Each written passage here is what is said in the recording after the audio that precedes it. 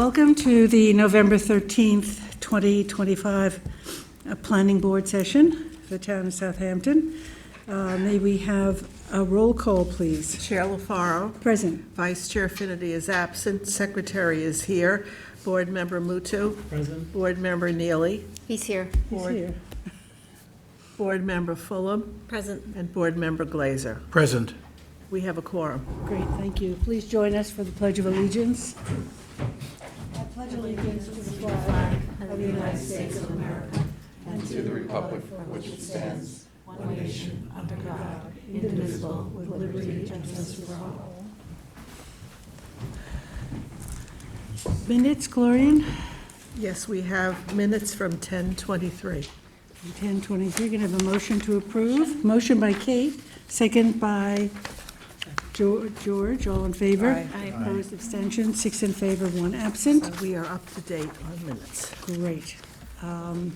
Okay, we're going to close this session and go into an exec session, so we will be back. Just move to go into exec. Move. To go into exec.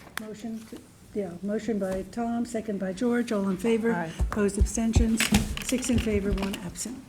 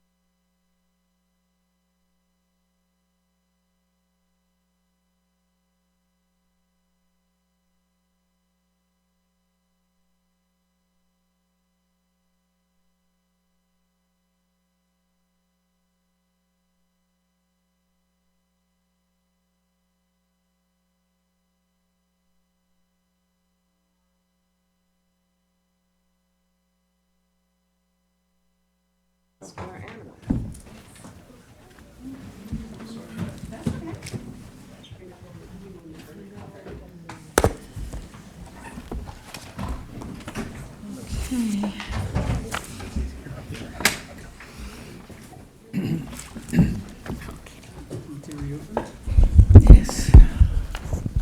Kevin? You there? We're back on. Okay. So reconvening the November 13th Planning Board meeting.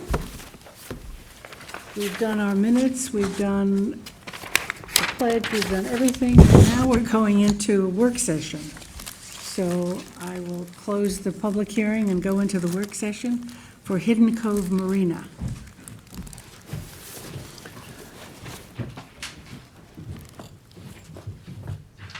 Hi, how are you? Good. Go, come on up. Have a here. seat. I'll grab a chair. Sure, you can sit. I'm gonna sit over here. You can sit here. Yes, okay. Okay. So can you identify yourself for the record, Sure. My please? name's Keith Archer, Travis Kluben Archer, attorney representing the applicant. To my right is Joe Ialachi, who is the applicant, his entity. And to Joe's right is Chris Tartaglia, the project engineer.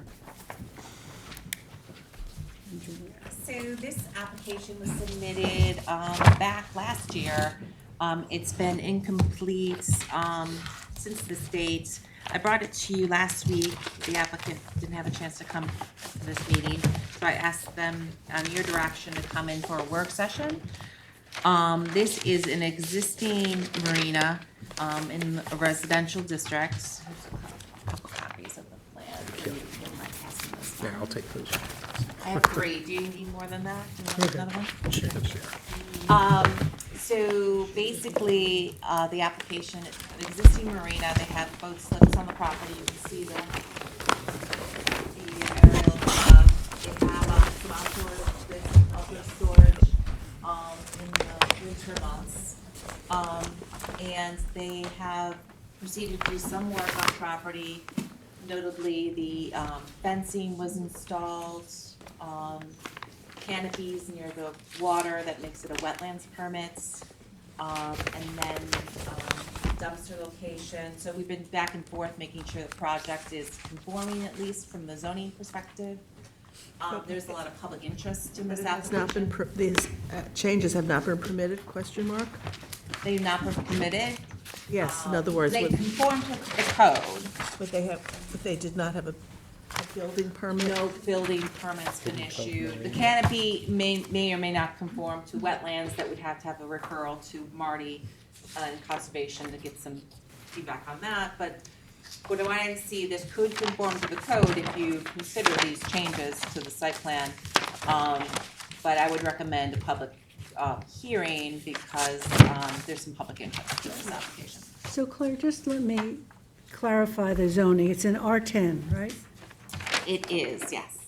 And so was there a special exception or pre-existing, non-conforming? What's the status of that zoning clarification? Pre-existing non-conforming. Pre-existing non-conforming in an R10. It's not RWB, it's not, no. Wasn't that code amended, though, to make marinas and boatyards permitted use in our town? Permitted? I think there I was- think there's a special exception provision, but for pre-existing non-conforming marinas, but I don't think it's a P or an SE, is it? It is. It's a P. It's a P for pre-existing non-conforming marinas. It's a P for permitted. That's how. And I think what happened was that because most of these marinas and boatyards were pre-existing non-conforming, that there was a code amendment. This was a couple, and Tommy John may have been the one that was behind this. You were around at the time, and I think they changed it to permitted uses, provided it was legally existing at the time. Anything in that code, Anthony? Yeah, maybe you could zoom in. Special exception? I'm gonna look right And more than enough have gone through the special exception criteria?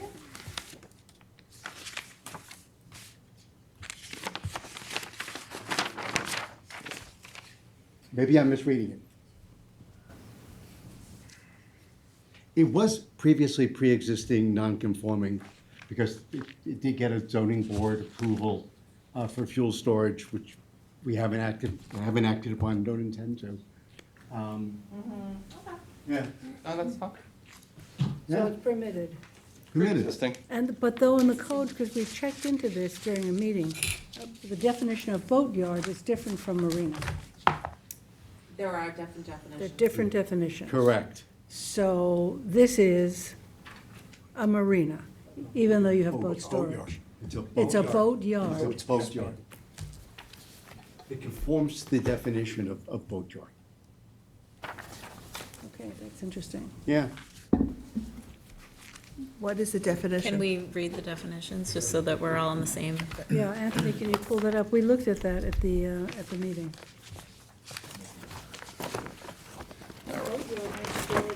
Facility, a boatyard is a facility for servicing all types of watercraft as well as providing supplies, provisions, storage and fueling facilities and facilities for the retail sale of boats, motors and marine equipment.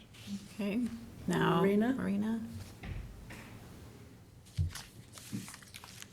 Sorry, there's an easier way to do that. Facility for the berthing and fueling of all types of recreational watercraft. The term marina shall not be deemed to include the term boatyard or to include out-of-water storage, restaurant or repair facilities, fishing stations, or similar activities. It's actually narrower. It's a much narrower use, a Yeah, marina. marina, yeah. Even though you call yourselves a Hidden Right. Cove You Marina. would think it would be your You're a water, mid- but it's You're a Hidden narrow. Cove boatyard. So Not that's as- actually the prior Not name. as sexy. That Hidden Cove Marina is the prior name. The current name is Yacht Hampton Boating Center. That's the current name. Prior approval was Hidden Cove Marina. That's the prior owners. Are you doing the retail sales there? Retail sales. Boat rental It's goods? boat rentals, basically, and charter rentals. And renting of slips. Prior to me, they did retail sales there, so I actually went down in my scope of things. They used to have a retail store there, and there's pictures, it used to actually have a restaurant inside. It was like a Flo's Diner. I have pictures here from the 50s. And actually, another picture with a huge dock for like a 50-foot boat. So there's a lot of history with this, and I did a lot of homework when I looked at buying this marina, and I based my decision on the C of O, which is very strong from the 50s, that said they had 50 boats with engines there. So now I only have 20 boats. The prior owner had 50. And what is, when you say charter, can you talk about that a little to us? Sure, it would be most of the time, it's more like a multi-generational fun thing to do, where they would rent a boat with my professional captains driving. They're licensed, and it's very controlled and professional. And I get a lot of, probably one of the secret sauces to my business, is that they're professional and people like the safety of it, with an impeccable safety record. Whereas before, they used to rent just to anyone. The gentleman from Brooklyn could come out and just get in a boat and drive, and they had 50 of them. So in my opinion, it's actually less and more safe. These are boats that are kept in your slips? Yes. I have 3 locations, plus Florida. No, I know, but the charter boats Yes, from the the charter site are boats. ones that are kept in your slips. Indeed. And you're fueling them on site? Not, You said you had a fuel we had container or approval, but, something. yeah, there was a fuel permit approved back in 2012, actually, to do fueling there. And when I bought the marina, I bought it under the pretense of doing fueling. And Mr. Tartaglia actually won that approval with the zoning board of appeals, right? And I looked at that when I made the decision to invest $7 million in this marina. I thought, wow, I could have, when I got the loan, it was like, wow, I could make some of my payment back by doing fuel. But then after the public outcry and a couple neighbors, and one in particular was a nice gentleman, she stopped over and he said, Joe, I like you. He actually brought me lunch and he said, Joe, if you get fuel, I'm not gonna lie. I'm gonna protest. I don't want you to have fuel here. So at that moment, I looked him in the eye, shook his hand and said, great, we have a deal, no fuel. So is it a boatyard or a marina? Because you're saying boatyard, you're saying marina. It's just generic marina. It's technically under the zoning regulations, it's a boatyard. And that's what the C of O basically, Right. But a What boatyard are the- without fuel. That's all. What are Yeah. the size of these charter boats? Anything from 16 feet to 57 feet. And how many people are on a 57-foot boat? No more, the legal limit is 13. 13 people. Yeah.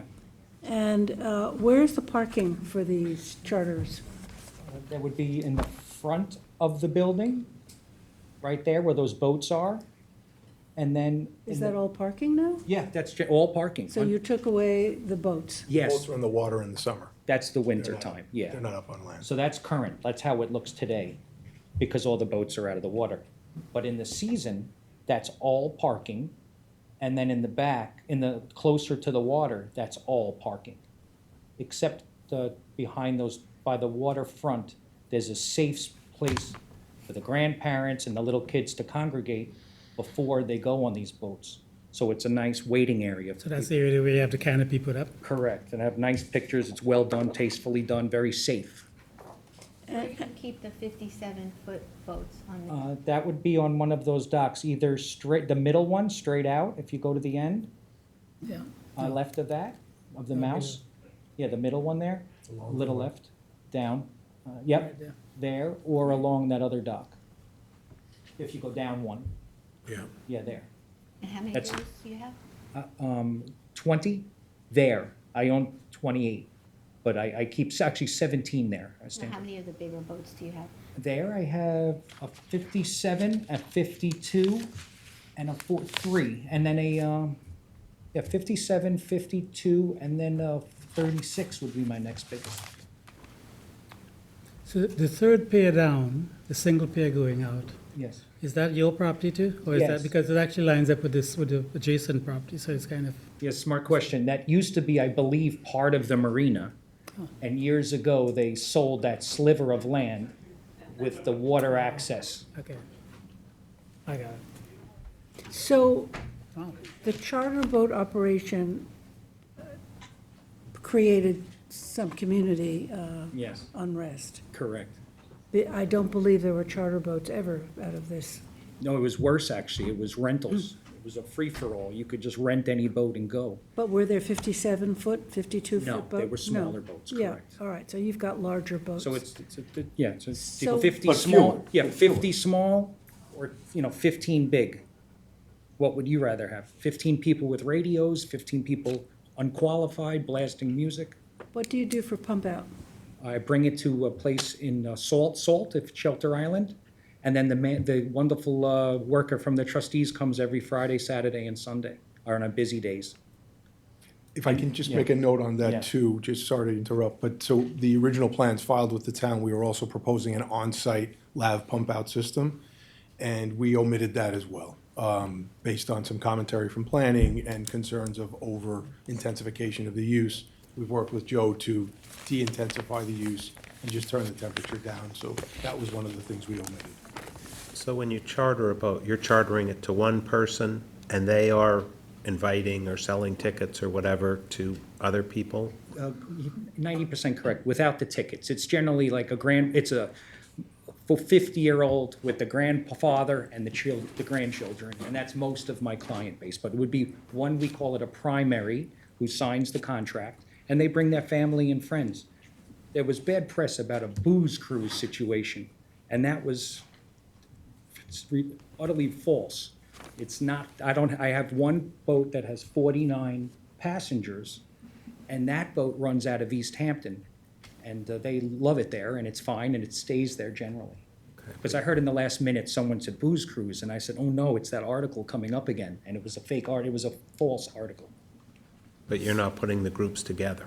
No, and it's not by ticket. It's usually a classy family spending between, my pricing is as follows.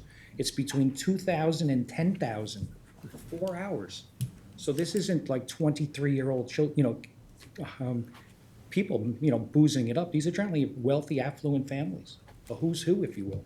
And the trustees have some say over this dock area, is my understanding. There's some involvement with the town trustees? Yeah, Can you I've had- maybe tell us a little about your interactions with the town trustees? Sure, we've had great communication, talked openly to them. And, yeah, they said there's no jurisdiction to put whether it's a small boat or a large boat. And they've been getting hounded by neighbors, a handful of neighbors, mind you. Not many. I have more compliments than people detractors. But I think there's maybe 2 or 3 loud detractors that are making this bigger than it really is. We've had many more of your neighbors writing in opposition. Okay, so I've asked to meet with them and speak, but no one seems to want to. So let's get back to parking, because parking is always a major issue. This is a very small community, and you're in a residential zone.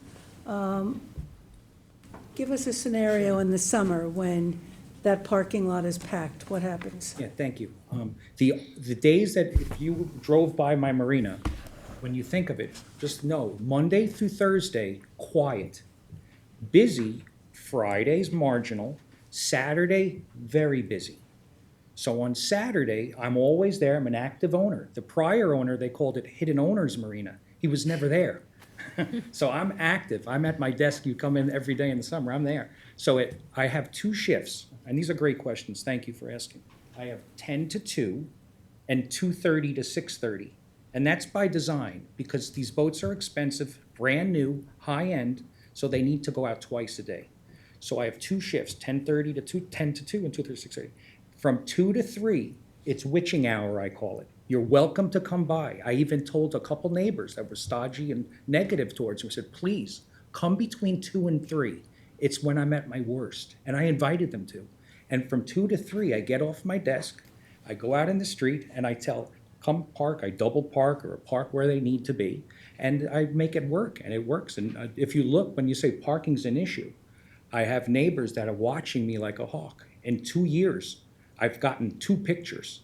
So trust me, if parking was a problem on the street, you'd be getting pictures. I welcome them to send you pictures. I control that parking lot. So what's the maximum, do we have a maximum number of parking spaces in that lot? I don't have a number off the top of my head. Yeah, we would I want can that. sort of answer that, excuse me. So what we've delineated on the site plan here is 25 stalls. And the number really, that came from the prior site plan approval that Joe mentioned that I handled in 2012. That was what was approved on under the prior application. But just pointing at the plan, so that the parking stalls are located here fronting the building and on either side of the curb cut here and here. So that encompasses a total of, let's see, we have 15 in the front, and then there's 10 more in the back. Now, what I haven't added, and again, I just went to 25 because that's what was approved, but there's additional area from here towards the dock and along this area here that Joe was talking about, where is the safe haven for the customers to disembark and wait for their boats. Where's the wetlands line? The bulkhead? It's The bulkhead. bulkhead is the wetlands line. So this is not in the wetlands. The wetlands is outside of the bulkhead. That was flagged by Marty Shea several times. So I don't know the calculation for, I mean, we certainly know what parking calculations for regular site plans, but I wonder how it's figured for a boatyard when you have as many as 57 people and many cars I think it's by boat slip. It is. by boat slip. It is, yeah. So how many slips do you have? So the code reads 1.5 stalls per boat slip times 26 slips. So the actual calculation comes out to 1.5 times 26 plus 1 per employee. And we have, at any given time, 3 employees. That's about So the 39. total is about 42 in total that are required. So again, we provided the 25 just because it was part of the prior site plan approval. But as Joe indicates, when he's out there directing traffic, we can fit way more than 42 on the property, though I don't know that you ever get that volume, do you, Joe, No, in I terms had- of I total had parking? One or two fundraisers that had about 45 cars there, max. All on the property? Yes. Double parked, maybe triple parked, but that's okay because you're controlling them. It's not like a retail use where people need to come and go. They're all coming and going basically at your direction. Correct. And then when they leave at 2, a new batch comes at 2:20, so. And if someone wanted to check the town records, I think there was one ticket just this year. I was like, damn, I got one. One parking ticket in 3 years. Parking on the street. Yeah, correct. And they were just being someone making a stupid, silly mistake. They shouldn't have done that. They were just lazy. And I was mad at them for doing so. But I do police my lot more than anyone. So you've got a lot for 25 and then some additional, so you're really under the parking calculation Well, by we're, code. no, not at all. What I said was we delineated 25 because that's what was shown on the prior approved site plan, which is, I thought, the standard we'd be held to by the board. However, if the board wanted to see how many vehicles we could actually fit on the property, it'd be well over 50. And with against 42 Crammed required. in. Seemed like a safety issue for me. Well, I sort of, I question the overlap time, because Sorry. how often do the boats get back and everybody's gone before the next group comes? My guess is that almost never happens because people get there early. Yeah, And especially if they're not real local with traffic. yeah. So Yeah. how do you handle when you've got all your boats booked that day for both morning and afternoon? What do you do? Good question. I get off my desk, get off my seat, and we'll go. And I make it work. And I stagger. When I know it's a busy day, what I do is I stagger the times. I say you could start at 9:30, and for free, I incentivize them. I say I call them a couple days before when I know it's a busy manic day. I say, you can start at 9:30 on me. So they start at 9:30, and then they finish early sometimes, and then it works better. And then I do 12 to 8. It's wonderful. I've been staggering more and more, and it's a wonderful device I like using. So I'm getting better at it. And just so I think if you look at the history of the complaints about the property, let me add, the first year, I closed on June 6th. So I was very proud of my effort. I closed on June 6th, and I was able to operate. But you have to do a lot of preparation for this. So at June 6th, and I inherited 2 tenants, and that was the problem. The first year I had issues with the neighbors was more egregious issues. And the one gentleman got the cops there multiple times, and I inherited him with my loan, my loan and my paperwork, all the closing. And then once he left, it became a lot better. So that's why I think you would see the complaints have gone down over the years. So I guess I'm just having a hard time saying how you could manage if I've got 20 cars or 25 cars in the parking lot and there's 20 waiting on the street to come in. Oh, it's never that much. And how do you get rid of the ones that are there when they're still out on the boat? There's enough spots for them generally. That maybe the first 10 are fine, and then the rest once or twice on July 3rd. I won't lie to you. I'd have to walk out by that ramp, and then say, I don't know if you see the ramp there, That's the town ramp. the town ramp, and I would have to stop and say, wait for Mr. Jones to leave. And in all due respect, takes about 10 minutes, and then he would leave and they'd pull in. But that's only once or twice. Well, it seems to me that there is an impact on that small community. I don't know the classification of that road, Pine Neck, but I'm sure it's not a collector road. It's a town road. No, it's a residential. It's a small residential road. And there's impact there when you've got 25 cars leaving, 25 cars coming in. It's the number here, the Yeah. quantity. It's different when you have a small boat individually owned and 1 or 2 people come for a boat, but you're talking, how many people in a 57-foot boat? Oh, no, 12 people, I want to correct that. It's, I would have 17 boats that I own at my marina. Small boats. Varied, couple big, 17 total. 17 total, of which 3 are electric, which is a good thing. So that's a new thing that I'm trying to lead the industry in, actually. But out of that leaves, and those don't go out much, sadly, to my detriment. I invested in electric boats, and they don't sell a lot. But I wanted to give the appearance and just be a good person and try to do that and lead the charge. They were a little bit ahead before its time. But so that leaves us with, those 3 don't go out much, so that leaves us with 14 boats. And each boat, again, the max on my boats at my marina are 12 to 13. And that's not every boat. My average is like 5.7 people per boat. You get a lot of romantic couples that go out, you get proposals, you get weddings at sea, where two people want to go, get engaged rather, a lot of proposals and things like this. So it's not all parties and 13 people, that's the max.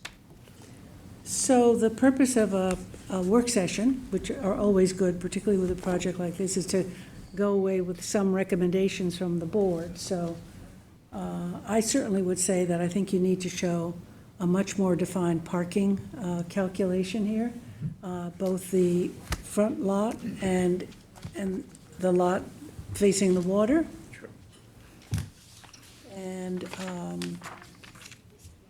And some kind of traffic control here. I don't know how you do that, but I think also a recent determination from the chief building inspector about the use, because I think it says, welcome to Yacht Hampton Boating Club. Is a boating club a boatyard or a marina?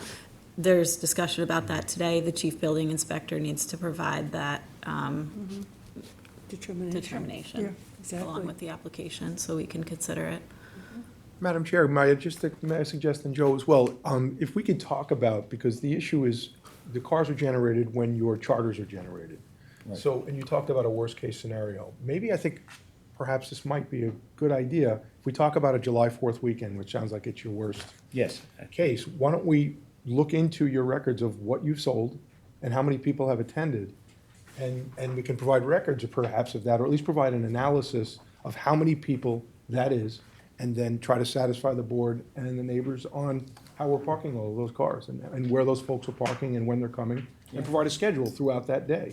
yeah, Can I we mean, do there that? are code regulations for fire lanes, handicap parking. All of that has to be accommodated Yep. in your parking calculation. Just can't jam in 25 cars, bumper to bumper. It just doesn't work. I mean, It's all based on the use that's Yes. determined, right? And the calculations go from there. It's not just our summation of what we think will be the right thing. It has to be determined by the use, whether it's allowable there, and you know all this. Well, and that's why I'm suggesting, why don't we use real-world data?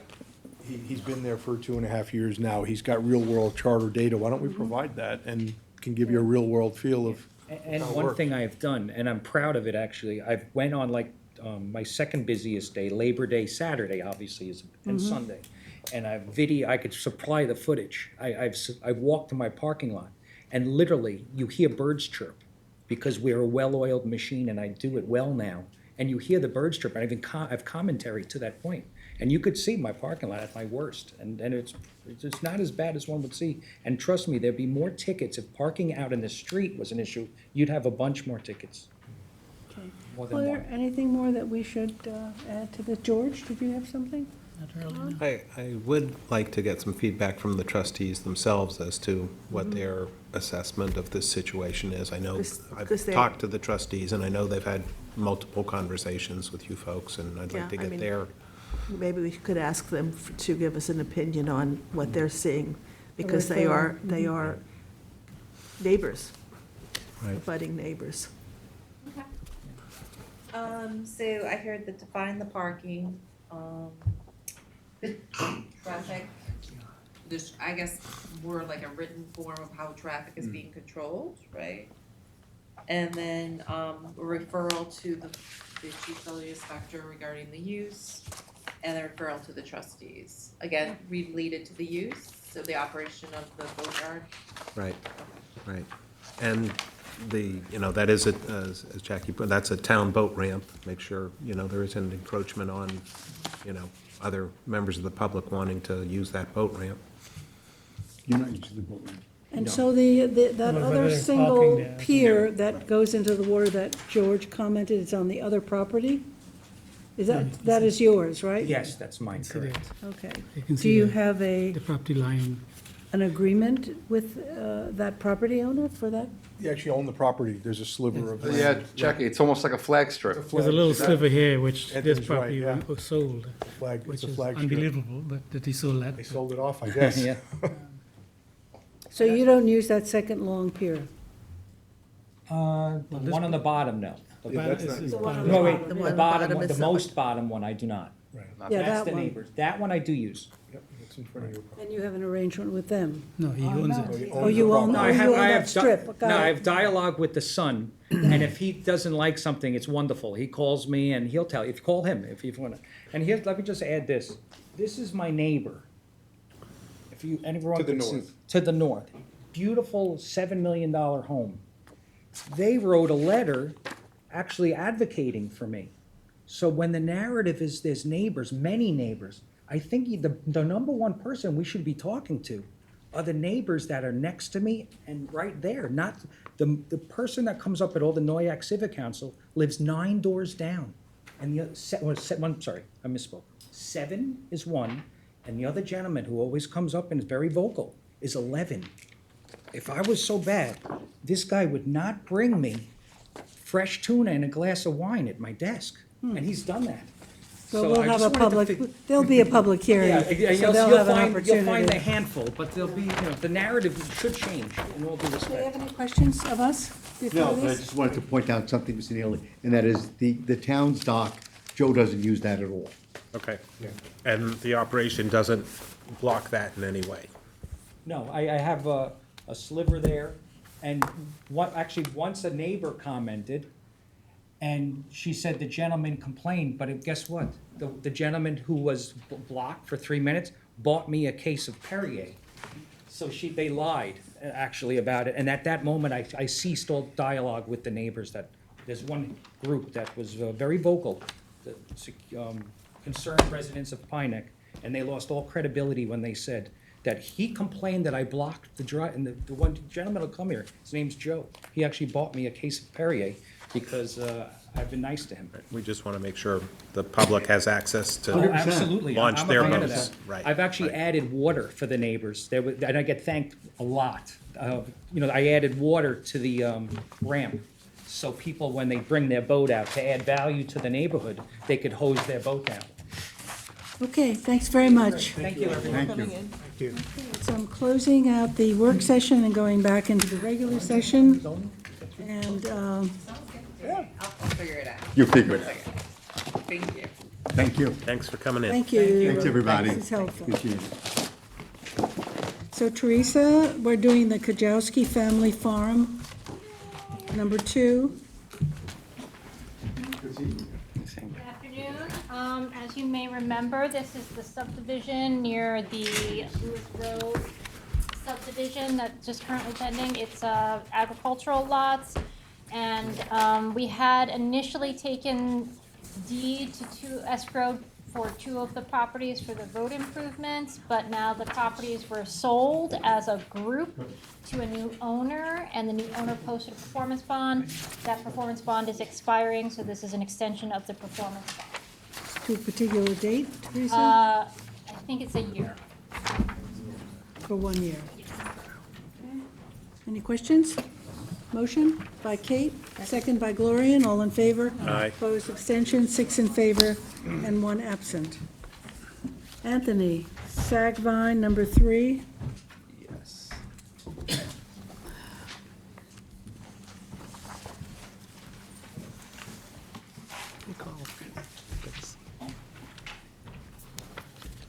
I think this resolution is longer than it needs to be. So the board will remember, this is a CPF subdivision. This is a 5-acre piece right at the end of Middle Line Highway here. It's got a cell tower on there. You might recall the town, and they don't need the contract. You're lucky for the closing pop. on this thing.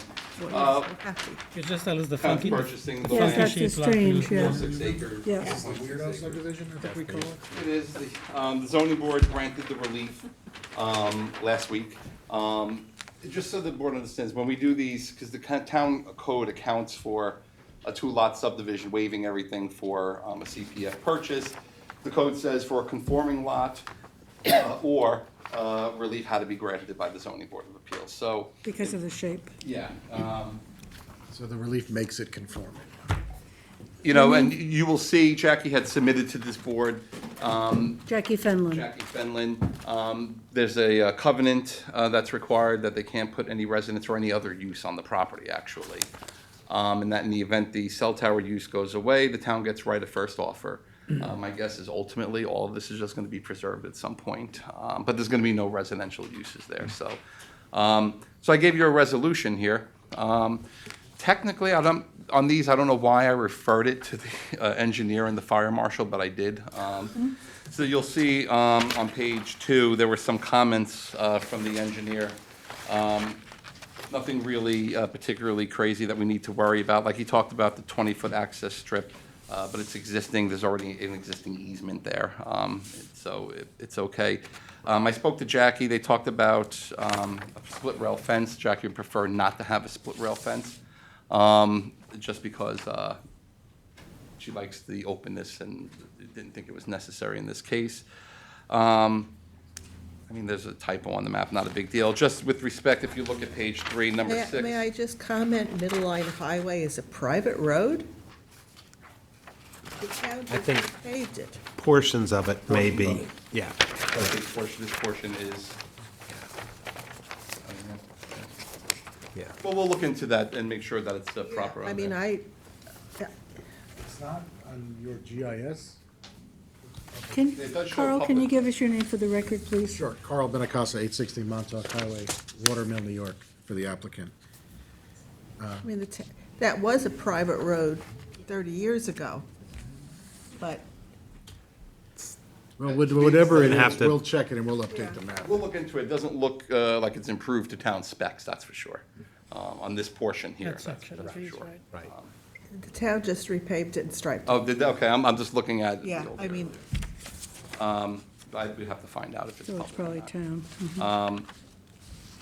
So beyond that, I sent it to the fire district, the fire marshal. They didn't have anything specific and nothing from trails, you might recall.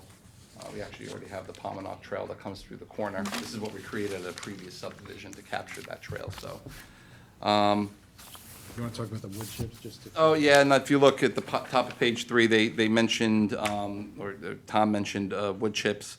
I spoke to Jackie about wood chips as well. She said anything that needed to be cleaned up was cleaned up by the applicant already, and anything else sitting in there, some wood chips could remain and disintegrate into the earth. So she didn't seem to have any issues. They seemed to be anxious to get this wrapped up before the end of the year. So really, there's nothing else. If you just go to Whereas, page 4, the findings. There are no more than 2 lots being created. Jackie Fenton has indicated that the second lot will be acquired through the Community Preservation Fund.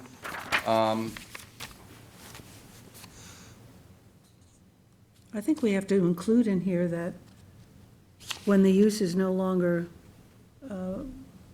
as it is for Telterra, it reverts back and the town has first right of refusal. So then what we'll do is on these findings, Jackie, 1, 2, and 3, 3, if you look, is actually just the date of the variance application. I have to get the blacked decision out. number.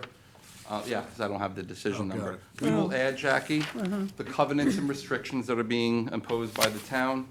That would be number 4, and number 5 will be the right of first offer in the event the use is.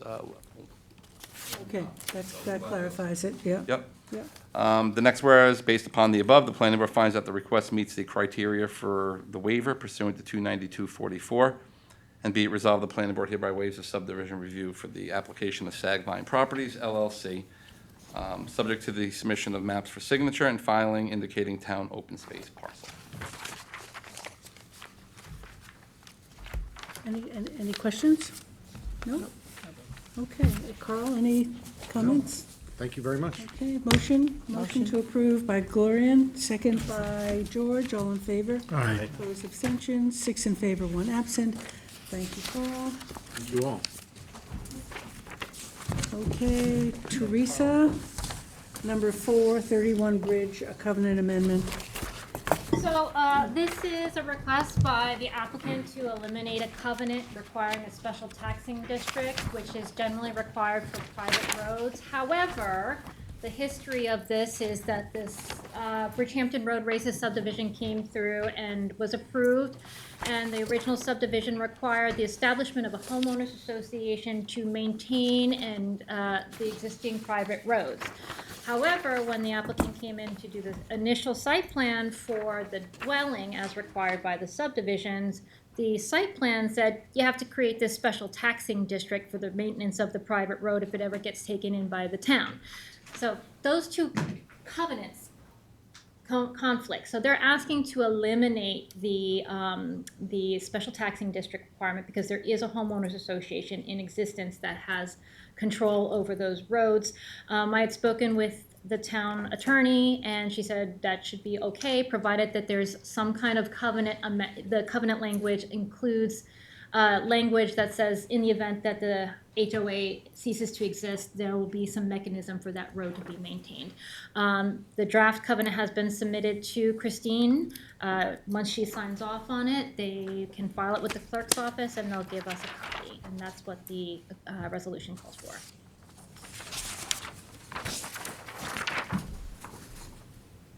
That's it. It's the one page? Just the one page. Oh, and there are attorneys here if you need any questions. Are there any questions? Okay, is there a motion to approve? Motion? By Gloria, second by Tom, all in favor? Opposed, abstentions? Look, I'll take that one. yeah, Six in favor, one absent. you move in second. Thank you, Teresa. Okay, Prina, Prime Storage, number 5. No, you leave it, so you get everything. This is the interior. Can we have your name for the record? Joe Neitzel, Architects for the applicant. And I, NEITZ.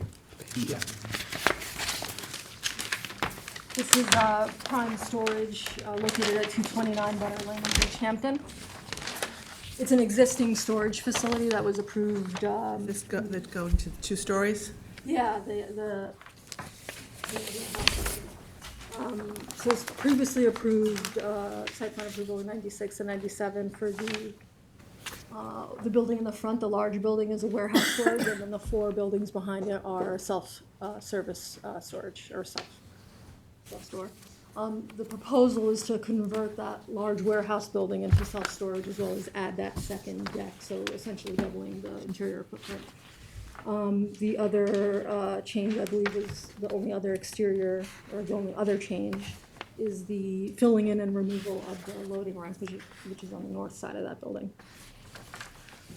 Everything, as I understand it, is to occur within the structure, and they're not proposing to change the building envelope. It's tall enough that they could put It a is, second yeah, story. Correct, they did yeah. that- And I think they did that on the buildings in the back. Yeah, Correct, they have second We're adding a floors. second floor within the existing building itself.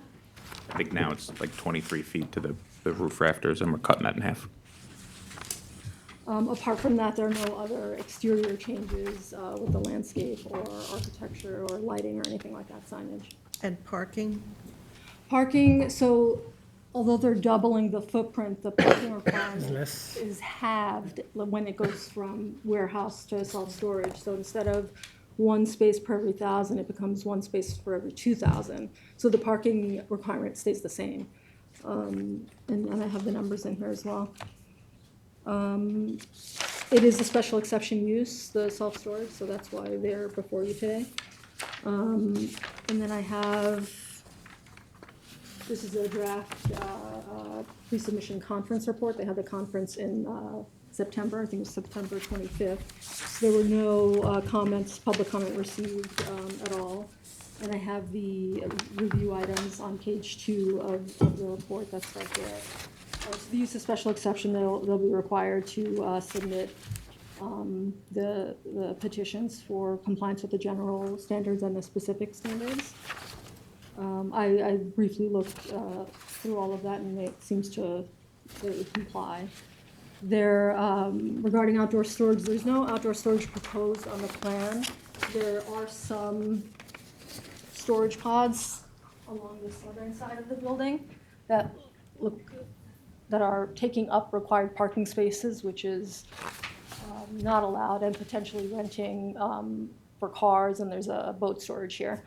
So the code allows for any recreational vehicles, but it has to be beyond what the required parking is.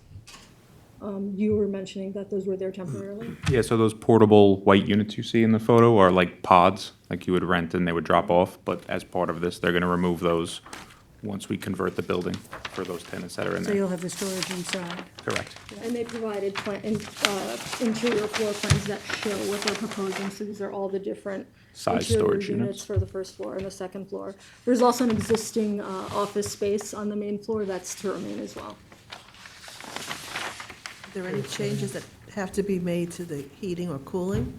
We will, yeah, we'll be providing new cooling. Right now, it's got radiant heat in the floor. We're gonna be supplementing that with new air conditioning units. They won't be roof mounted, they'll be on the site and screened. So if we get to our next phase for the formal site plan submission, we'll show that with the locations where those will be. They'll be on the south side of the building. They won't be on the north facing the street. Oh, the units? Yeah. You're doing an elevator in there as well? There will be a new elevator. And that office currently there is for the self-storage use at the rear, so it's not for the warehouse itself, so that's gonna remain.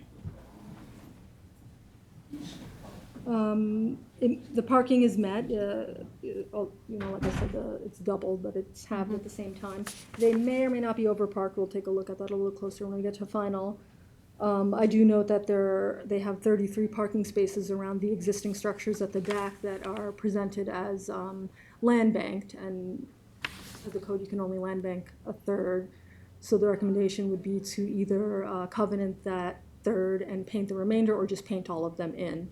You could see them here a little bit better, they're just parking stalls that. They're between the drive aisles of those existing buildings They're at the rear. adjacent to the building, which is a requirement. Do we see them? Is that what we see there, those cars? No? No, not the cars along are you talking about the spaces along the larger building? No, there are spaces that are dedicated for the units at the back. Right. So there's an option there to either stripe them all in or covenant the third, because right now it's 33 is more than a third of the 54 that are allowed, or. and There's then so much of hard surface among those buildings and the parking lots. Say it again? It's so much hard Yeah, surface. it's all hard surface. It hurts. Yeah, I don't know that there's much we could do about that now. I mean, I see some trees around the outside, but The perimeter is well landscaped. They have really nice trees on this side. It's all per the approval that they did in the 90s. yeah. But yeah, Are you getting less dust from the adjoining parcel? At this point, we are, yeah, it's starting to, not be as much construction and getting finished, so. Yeah. it's a type 1 action pursuant to seeker because of the number of parking spaces existing and proposed. So we'll have to do a coordinated when the time comes. And they are in the archaeological sensitive areas, however, they're not proposing any additional ground disturbance, so I don't think. It looks There's pretty no review. disturbed. Yeah, it's already done. Required. Same thing with the APOD, it was all pre-disturbed prior to zoning and continue to be, so they're exempt pursuant to the code. The use complies with the master plan, and again, the architecture, it's all metal, but the architecture, landscape, lighting, signage, as proposed, it's all existing to remain. So unless they change anything, the board will review that later when the site plan comes in. For sustainability, I put in the board's general recommendation to incorporate green elements. They do have 8 solar panels on one of those southern buildings there already. And everything else, drainage and sanitary, if it applies, should be reviewed by the town engineer. Mechanicals to be screened or blocked, and no public address. Is there a gate to get in here? So right now, there is a gate. So currently, the front building is opened and accessible to the public. There's a gate that runs currently along the south side. Yep, exactly, right there. Along the south side of the warehouse. That's going to remain. So that controls access to the self-storage portion of the site. And based on our new floor plans, all the loading for that warehouse that we're converting is from the south side. So you'll still have to come through that gate in order to load everybody's product into that building. With it's a still gonna- it's a keypad gate, or? Yeah, you type in a code and then it opens up. The one on the right is not a keypad. That one is a manual accessible gate. That's more, I guess, for fire access. But the primary one on the west side of the plan is a key code. Do we have a fire report on this from the fire commissioners? There are no referrals yet, we'll do that all at the Okay, we'll do that. completeness of the final, yeah. This is just draft. It's pre-submission, so we, Yeah.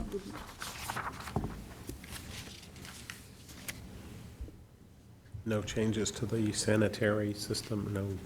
We will have to go to Health Department just to update the square footage, but with mini storage, there's covenants and restrictions that you file on the property. So there's no plan to change the sanitary system, we just need to update the CNRs for the revised square footage. It's actually a reduction in flow based on the requirements, because that's warehouse and we're going to storage, but we still just need to update that. So And that's there's gonna be obviously a bathroom in there. correct, yep. 2 bathrooms. Single All on occupant. all on the minimum. first floor. Correct. Signage, I think you have a sign. We're not touching it, but what's ever You're there now. leaving, you're leaving it there. Yeah. It's down by the there's road. a building sign and Yeah. a sign out by the road as well. A wall sign. yeah. There was a comment on a loading stall too. I mean, we can Oh, a provide that truck if parking, yeah, I necessary. did mean, for parking, if you want, if the board wants to, include a truckload parking space. I mean, before it was warehouse, so maybe it made sense. There weren't any truck loading spaces prior to this. But now that it's going to self-storage, maybe, I don't know if you would still want that. People typically pull up with their U-Hauls, so I'm not really sure Yeah. if they would need a dedicated space to park, because they just Yeah. pull up alongside the So where would building. that be? Oh, I don't know, I mean, they'd have to create it, I don't know if the board would require it. These are each outward-facing garage door type. So in this, the facility currently at the rear has some outdoor garage units. This is all internal. So you're gonna go through a door and you're gonna access all the units On the internally. inside. Correct. Okay. So a truck loading spot. We could put one might next to make the sense. primary loading area if that's recommended by the board. That's not an issue. This is the primary loading to the Correct. south? Yep. And all of these doors become useless now? So Yes. how would they get, well, their stuff to the storage unit? There's hallways inside the building, so you're gonna come in one of the primary loading area, so you'll unload your stuff outside, walk through the existing overhead garage door, and then you'll just go down the hallway to get to your unit. So do you have to provide your own mechanism to get your stuff there, or will They there be- provide like push carts, like you would see Yeah. in like Home Depot, like a flat cart. They provide 5 or 6 of them in the main loading Okay. area. Okay, you've covered all If the points? truck loading had to occur, just maybe in Probably somewhere over here. We could make one. the depths, maybe. Yeah. You just We can- consider the depths, yeah. Yeah. That's all I have. Okay. Any more questions? This is just a draft, so. Yeah, we're actually under action deadline. This is the draft pre-submission report. And so next week you're due final, no? We were, so December? today is the action deadline. So we need an Prior to extension? this, No. unless you don't want to, if you don't want to adopt it, we would need, I think, an adjournment from the Oh, applicant. okay. Or, because if I had this on last time, we could adopt it. Yeah. and then- No, I mean, I think, do Seems we have, thorough. it seems okay, seems pretty straightforward. Anybody? I'll move. I'll Okay, second. motion by George, second by Kate, all in favor? Aye. Opposed, abstentions, 6 in favor, 1 absent. Thank you very much. Thanks. Have a good day. Thanks. Claire, are you ready with Lewis Road?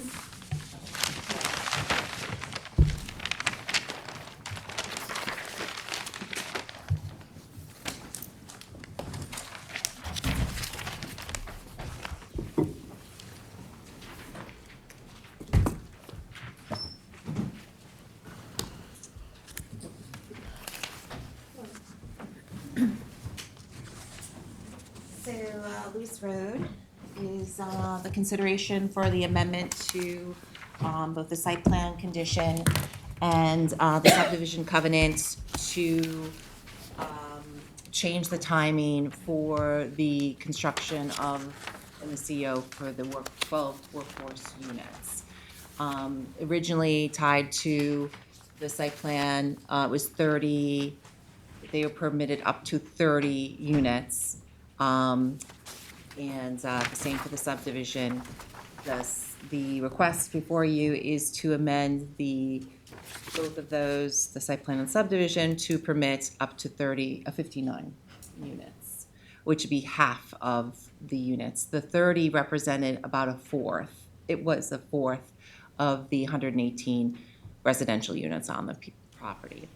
So, What you didn't say is that the workforce housing had to be built once 30 COs were established. Correct. And the question is before us now to change that number to allow a longer period of time before the workforce units get built per the site plan. So it's still 12 units in the building that is on the site plan. correct, 12 units. is what we're Right. talking So we're just simply looking at the amendment to the covenant of the COs. Can I have your names for the record, please? Hi, I know- Jackie. Jessica Insulaco from Discovery Land. Okay. And Wayne Bruin, we know. Okay. So Claire, you have some language that you want to? Yes, I had passed it out to you. Yeah. So you have a copy of it. Staff is recommending that you do honor their request, knowing that, you know, things change in any site plan, things are not perfect for any person, so understanding that they may need some additional time, but we also recommend that, this is very important. Building the workforce housing is a critical part of this project. The state felt strongly about it, past regulations, the town feels strongly about past regulations. And This is really so, part of the secret determination that this is Correct. going to be a Yes. right. mitigation to the overall application. So staff is recommending something in between, which is, we're recommending a third, which would be, translate to it would be 38 units being permitted, and prior to the 39th units being issued of permits. So The it's- workforce so housing it's have been 39. please have a CO. So instead of a quarter, It's the a third. the applicant was requesting half. Correct. And we're recommending a third as I'm a, recommending a third for as the a- board's consideration. as a in-between. Right, and I'd be prepared to present to you a resolution that would adopt both of those. We could do it one resolution, but there are obviously two actions. We could split them up into two actions also, but there would be similarly, I have language for both. What, for site plan and, One was the site plan condition, and then one was the subdivision covenants. okay, Yes. okay. I think we've talked about this a lot. Wayne, yes? Can I say please. something? Sure. Sure. The board may recall the purpose of this is because, among other things, we have already received, and as of today, we have 45 building permits with construction on 45 dwelling units. And so, obviously, to get a CO for the 31st through the 45th, we would need to have the CO for the affordable housing, the 12-unit building. And the whole purpose of this is not because we're trying to delay something, but we've been in discussions with the town, and not specifically any particular alternative, but the question is we see a need to have other affordable housing units, additional workforce housing units. And to give us time to vet that with this board, and if necessary, get the required permits in place, because we would need your board, the Pine Barrens Health Department, the whole 9 yards, would take time. The construction of the workforce housing, if we started today, would take 18 months. We're in a position right now for about a half a dozen COs today. We expect more by the end of the year. We expect probably to be in a position to be at our 30th somewhere at the end of next summer. So even if we started the workforce housing today, we're not going to wouldn't be able to have that finished, and we'd be sitting with houses totally complete and without a CO. Part of the issue that you just described would leave us hanging, if you're doing 38 or 39, is we have 45 right now. There'll be 6 that we'll have to choose if this hasn't been completed, if we haven't had that time. So the number 59, if you went back in the record, we submitted a letter in June, and one of the suggestions there was not to tie the completion of this to COs, but just some other alternative, such as a time, like other performance issues. This board, you got to finish the public improvements by a certain time. Of course, there's a guarantee, a bond. I'm not suggesting a bond, but there was some sort of performance date as opposed to tying it to COs. We were told that that's probably not the way to go, and the suggestion came back to us to suggest 59 units. We didn't look at our project and say 59 was the magic number. So we're flexible on that number, but I think at this point, to go to 39 when we have 45 building permits could put us in a position that we got to make choices, which could mean that we have no choice, no more alternatives that we're going to be able to explore.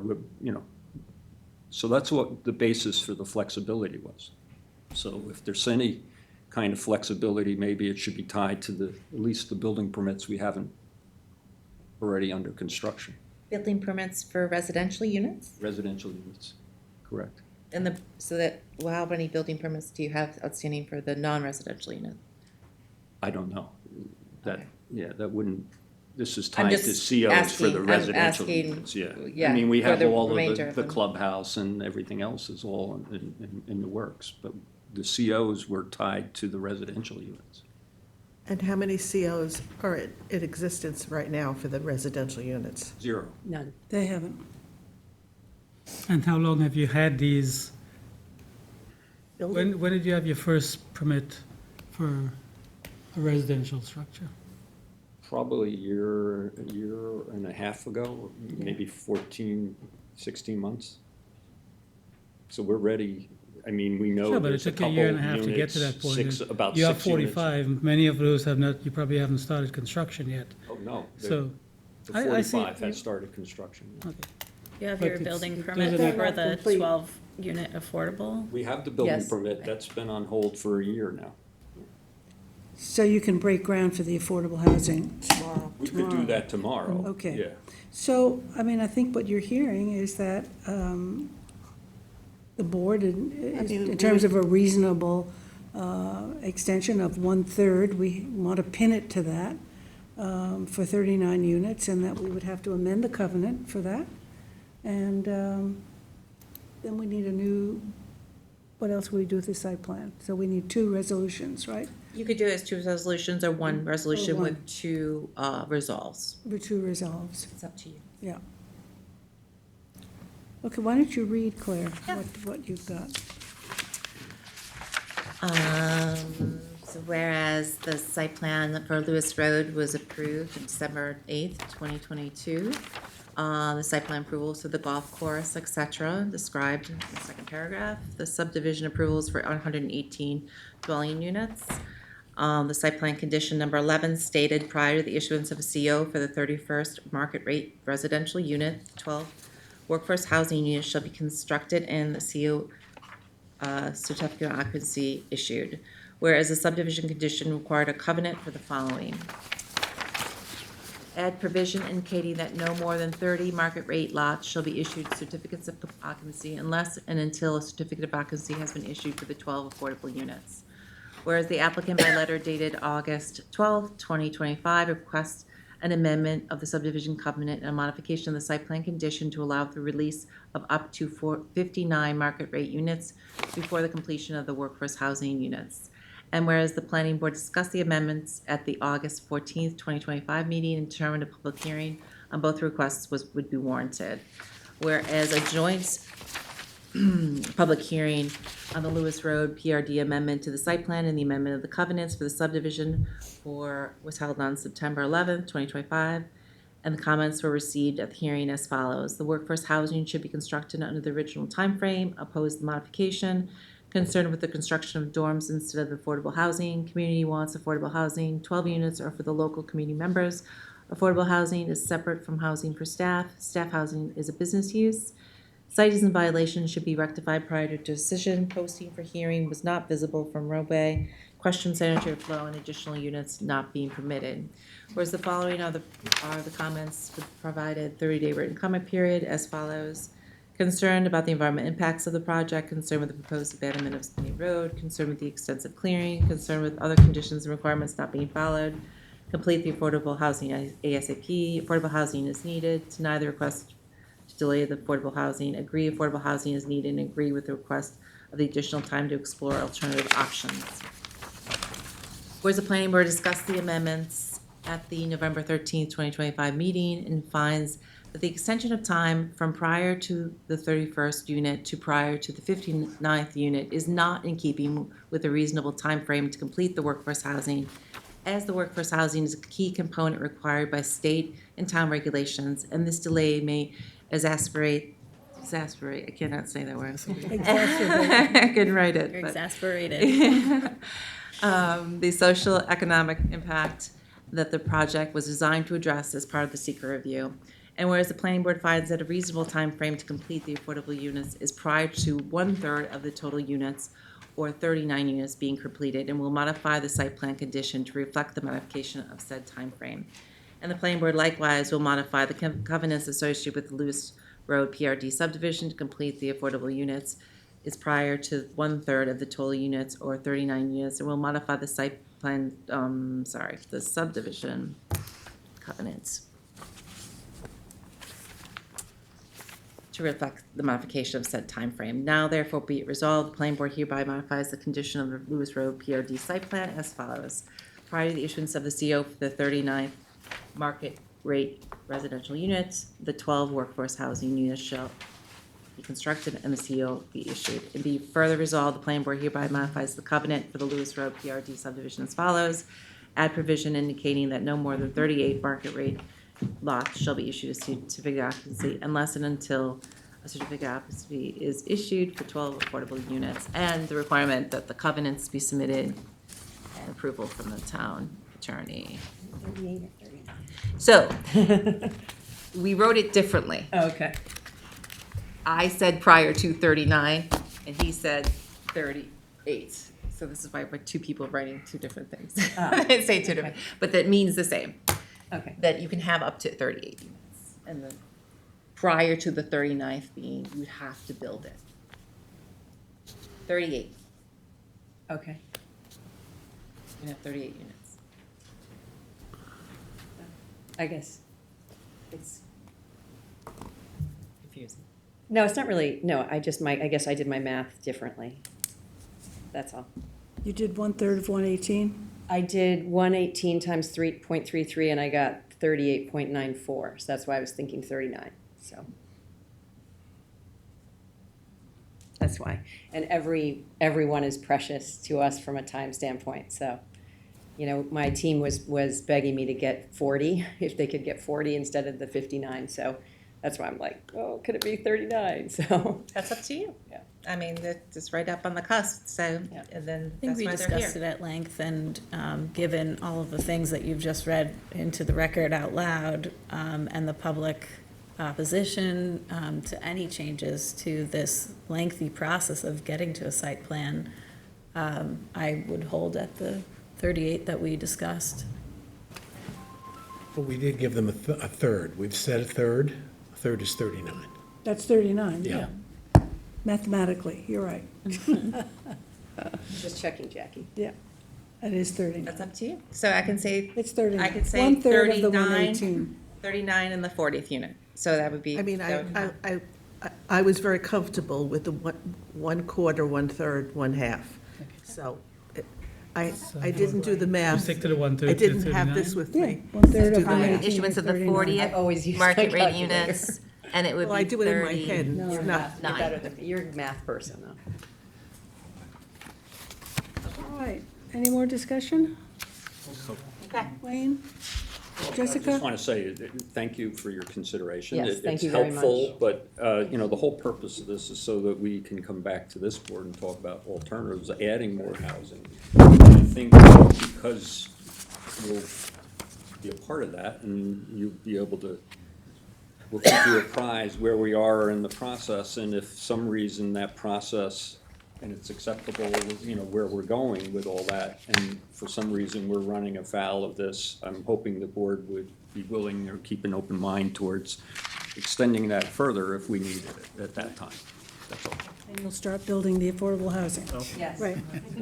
Great. It's an Effort on the incentive for affordable everyone to housing. keep it moving. Keep it moving with the Yes. affordable housing. Okay, Yeah. so, We'll be back They soon. need to vote. yeah, we're going to, want to do with the one vote, Claire, or One the vote. two? One vote. One vote to amend the covenant and the site plan. Up to 39 units. Up to 39 units, as indicated in the resolution. So a motion by George, second by Gloria, all in favor. Aye. Opposed, abstention, 6 in favor, 1 absent. Thank you very you. much. Appreciate Thank you. Appreciate your time. Thanks. Teresa, is number 8 off for sure? Is she here? please? Yeah. That's off the agenda. Okay, Claire, you're, seven? Verizon Wireless. So.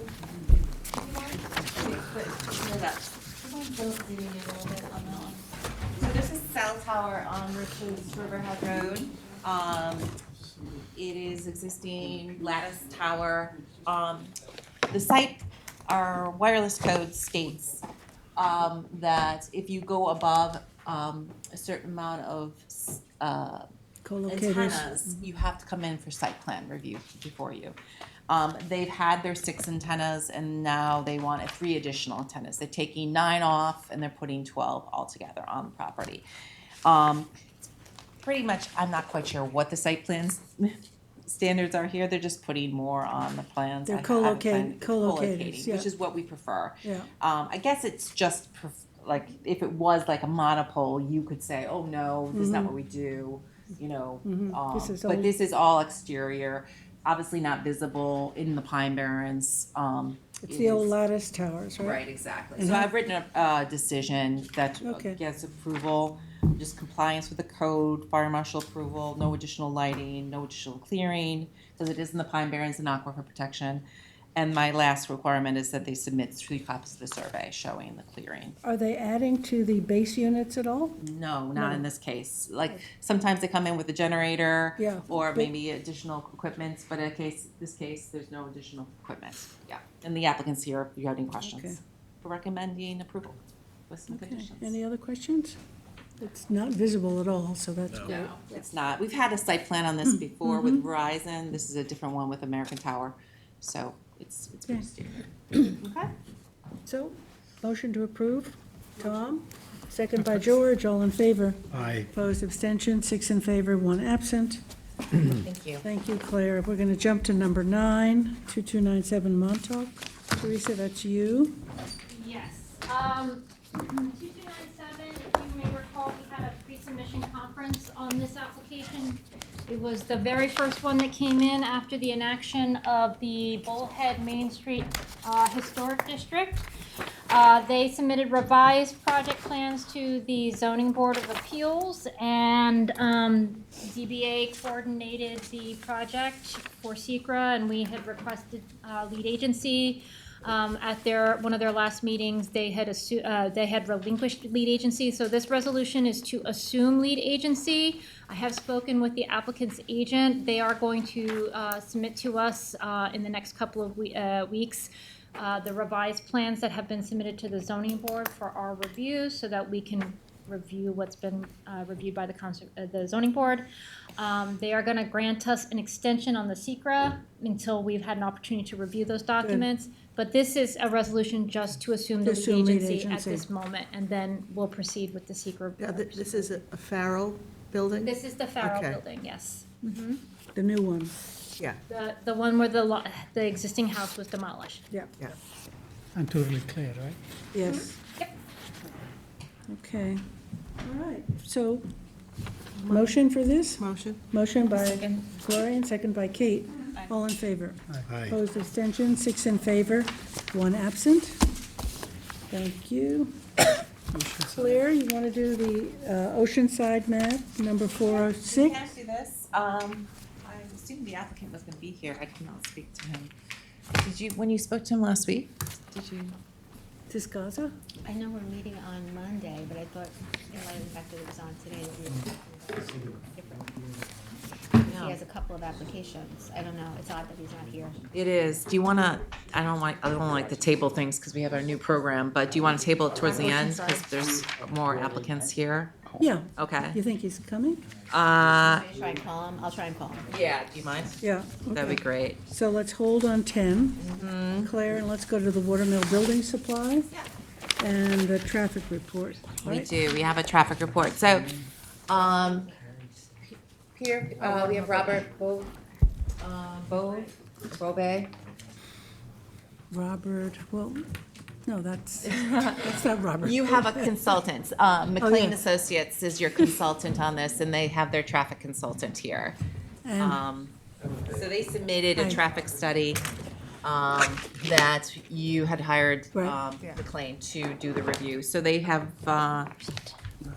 You did send it to us. yes, I emailed you, but I have other copies of it. Good. So I'm It was gonna- in the packet.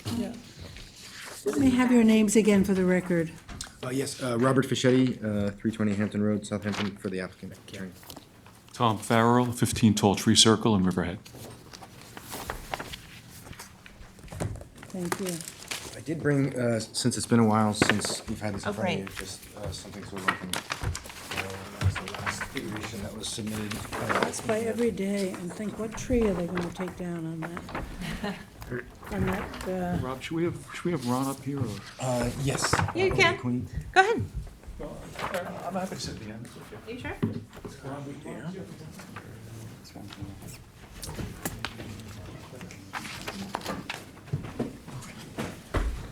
So, does he show up, Peter? Yes, but he declined to be a panelist. He declined to come in? Uh-oh. who is that? Our consultants. Our consultants. Oh, Can you ask him again to reconsider? is he on, Or he's can he not come in getting paid. online? All right, I would just, here we go. I know he's doing something else right now too, because I'm supposed to be with him. I just pressed the wrong So, button. He might be signing out and joining quickly. Oh, Here he okay. is. Okay. Hello, my name is Bobby Beauvais from LKMA. If you could just speak up. Oh, I'm sorry. Hey, my name is Robert Beauvais from LKMA. You can call me Bobby. Thank you. So, is it okay if you could describe your report and summarize it for the board? Sure, absolutely. So I took a look at the traffic study submitted by the applicant and took a look mostly at the start video. Sorry about this. Hello, everybody. Yes, welcome. So I took a quick look at, the. So I You need reviewed a little bit more the. volume on your audio, Okay. I don't know how to do unless that. we can control it here, Kevin. You want me to just try to speak louder? Can we get the audio level up, Kevin? I'll try something.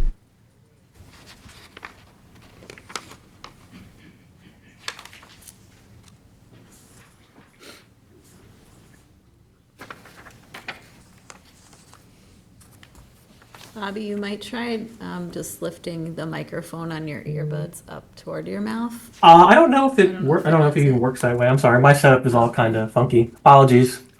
That's a little better. A little Is better. that okay? That's better. Is it through here? I don't even know if how this thing works. Apologies, everybody. Is that good enough? Do you guys hear me? That's better, Yes, yeah. much better. Thank Better? you. Okay. Do you want me just to run through the whole thing, just like a general summary, or do you guys have General specific summary questions? And then your or- recommendations, I think, yes. Okay, so the applicant is proposing to subdivide the existing property into into two lots. They're going to consolidate the existing storage, building supply storage into a new building.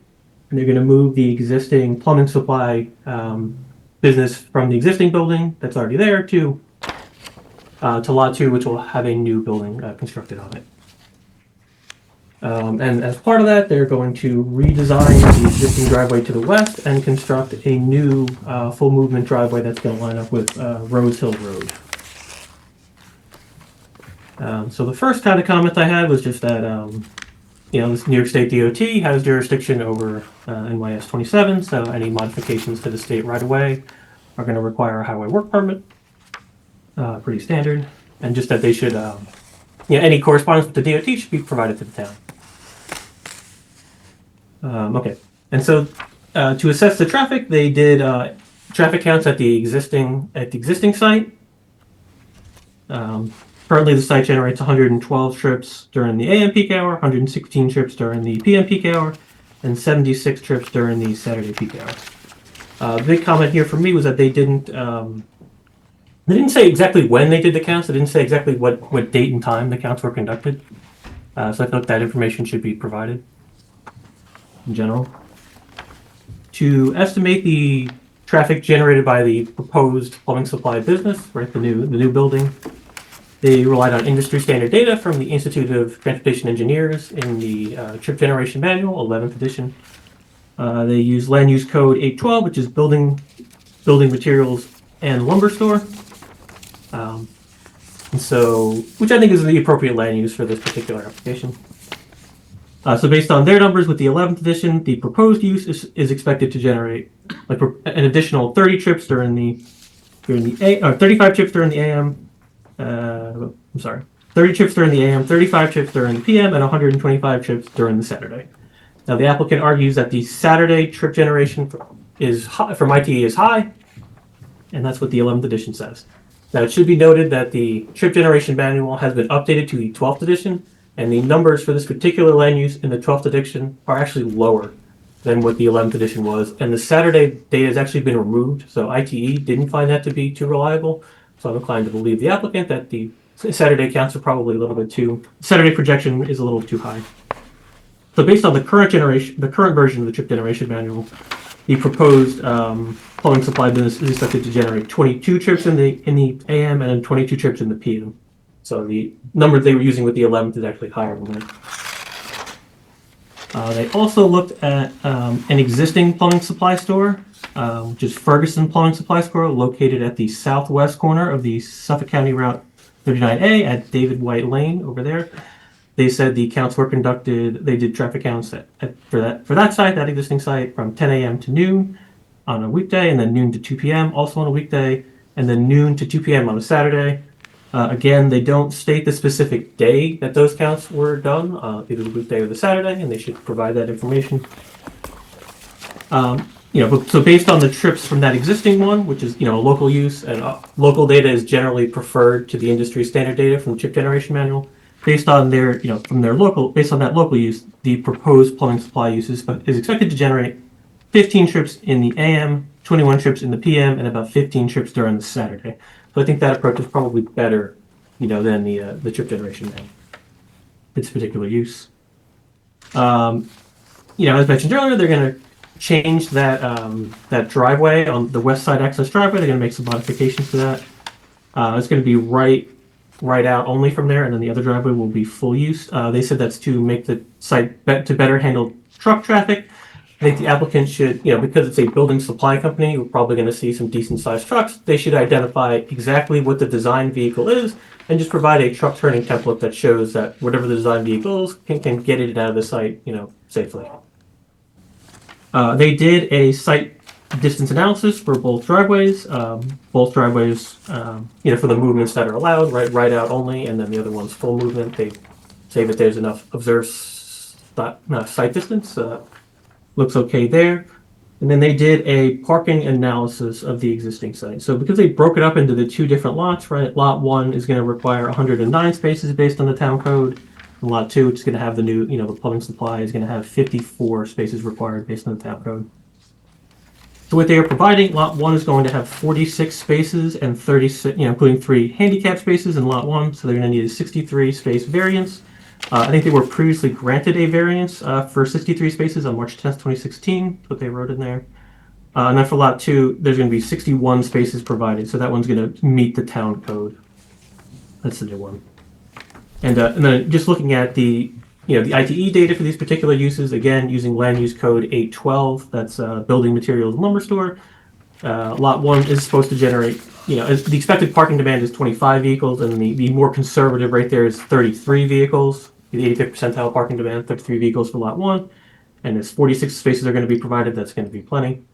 And then for Lot 2, it's even less because it's smaller building size, so that the average parking demand for that is supposed to be 7 vehicles, and the 85th percentile parking demand is 10 vehicles, and they're providing 61. So I think there should be enough parking provided. That's kind of the brief summary. So in summary, you think it's just some updated information required and it should be,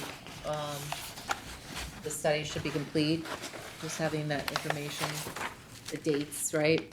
Yeah, I think they should just provide the dates just to make sure that they counted during a typical day. They didn't count during a holiday or something silly like that. And just providing turning templates for whatever the design vehicle truck is, just to make sure it can get in and out of the site safely.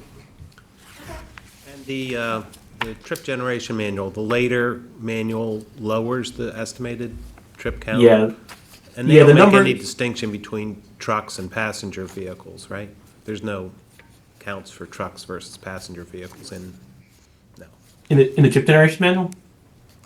Yeah, in the ITE, the trip generation manual. I could check it super quick right now. Sometimes they do, sometimes they don't. Let me actually just pull it up real quick here. See if I can get it real quick for 812. I can give you it. Sometimes they do. It depends on the specific land use. This one actually does. You could break it out by trucks, but yeah. You want me to just run it real quick right now, like what the truck trip generation rate is for their size? Yeah, I don't know. Well, you could ask them to provide that in the study. If you can provide it, that would be, You could if you're do gonna that, right? update with the times of the study, I'd be interested Yeah. to see what those breakouts are. At least for the existing site, I counted the amount of trucks as they came in. I thought I had that in the study from the actual counts. But if not, I could add it because I have that data. If you had it from the earlier study and I'm just have not it there? remembering it. I don't right now have the 12th edition. It just came out in August. Okay. Or are you asking about existing or proposed truck trips? I'm sorry. If it's in the 11th, I have that. A couple other things. We counted I counted those in late March and early April. I can provide the actual dates. I think we have provided truck templates to the board. I just don't think they went in with the report. Okay. So you have them. It's just a matter of getting them to get made. Okay. Right. Okay. Interesting to have if you have it. And Bobby's got it. would Bobby need to review the truck templates and the turning radius movements through the site as well, right? Yeah, so we can provide that to, because I do remember that too, but we can provide you to the truck turning radius, Robert, and then you could just double check if you think that looks correct. Okay? Sure, no problem. Yeah, no problem. We can resubmit those drawings if you want, if you have them. Yeah, do you mind? Yeah, that would be great. Oh, and I can just email it to him. Okay. That'd be great. Yeah, the other thing is that I believe we have approved plans from the state now, Yeah. or close to it. Yes, the DOT, we have an email from the DOT from just a little over a week ago where they approved our plan. We can't get the permit until we submit like contractor and insurance information, but I do have their approval of the What plan. they say? They said they approve our plan. For the two. Approved. Yes, yeah, Pretty much, that's what they do, right? yeah. Give us a bond. For the two entrances. Yes, as we Yes. designed, as was proposed, Okay, yes. good. So I suppose we 21 could, drawings. 21 drawings later. 21 drawings. Wow. Okay, great. We kill a lot of trees. Yeah. I think it'll be nice, yeah. So Great. what's our next Well, step this here? would be good. So, I mean, I think these are things that can be turned around, but that's up to you. Can you get back to me by Monday so he can take a look at it? Rob, are you available next week to take a look at this stuff? Can we provide it by Monday? Yeah, absolutely. Should be pretty quick. Okay. And then, we could have you on for Thursday. It's up to you, but, could you have it on Thursday for the secra? Because I think this was the last secra issue. Yeah, that would be great. That'd be So, good. so just so we're clear, we're getting you we're gonna resubmit the truck, template, for turning, and we're gonna, update the report to show the date and times of the counts, of the counts. Right, Yeah. and then the truck, if you could provide the truck separated from the car Passenger information. vehicles, right. Yes, yes. provide the actual counts of what I found, what I counted. the site. Your manual check, your visual check. I remember when I looked at the plumbing supply, I really didn't see any big trucks. It was vans, pickups and that kind of stuff. That was different in Riverhead Building, there were larger trucks. Yeah. But certainly the character of the vehicle going in there was pickups and vans, Right. more than passenger vehicles. Right, right. And then if you have the approval, obviously, from the DOT, that's great. I mean, Yes, we have it in email. They approved the plan. Yeah, I'll submit that. That would be great. I mean, I think all that Good to helps. go. Yeah. Okay, so we'll have this on for the November 20th. Next Thursday. Number 20th. Save these, Rob, for us, and then distribute them again, because that's helpful. Thank you, Robert. Thank you. You got it. Thank you. Thank you. Okay, Teresa? Yep, you're next. Madsen? No, that's me. Oh, it's Anthony, sorry. Okay.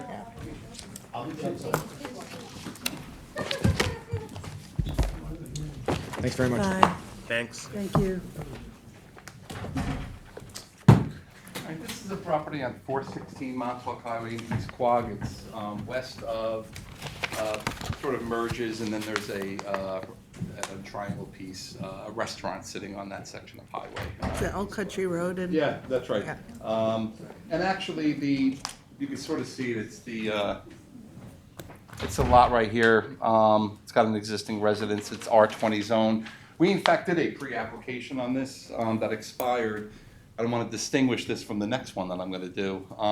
But this one, they came in with a new pre-application because they don't have a health department or anything at this point. So extending it wouldn't have been sensible. So all that we're going to do is a 2-lot subdivision.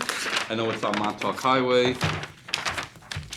Creating 2 lots. They actually took the previous pre-app report and put the buffer on the map, so at least we know they were nice. reading that. But we're just going to deem this complete and schedule a pre-app hearing for December 11th. Motion? Motion by Gloria and second by Kate. All in favor? Aye. Opposed, abstentions. 6 in favor, 1 absent, so that's a public hearing for 12/11. Now, and then Toplands, So everyone can see Toplands, I believe that's 13 on the agenda. Number 13. And it should be number 24 on the latest agenda also. Just make sure, I want to make sure you have. in the front, right. Right? It's 24 on that as Because there are well. 2 actions here, right? Yeah, it's 2, so this is one, let me, Which one do you want to do first? we're going to do 24 first. Okay, So that's the extension. that's the extension. Address on this thing. So it's listed as 24 Toplands Realty Holdings? So the board, we've had a few applications in and around this area, but the 2 properties in question are this piece here, and then, let me just make sure it's the next one.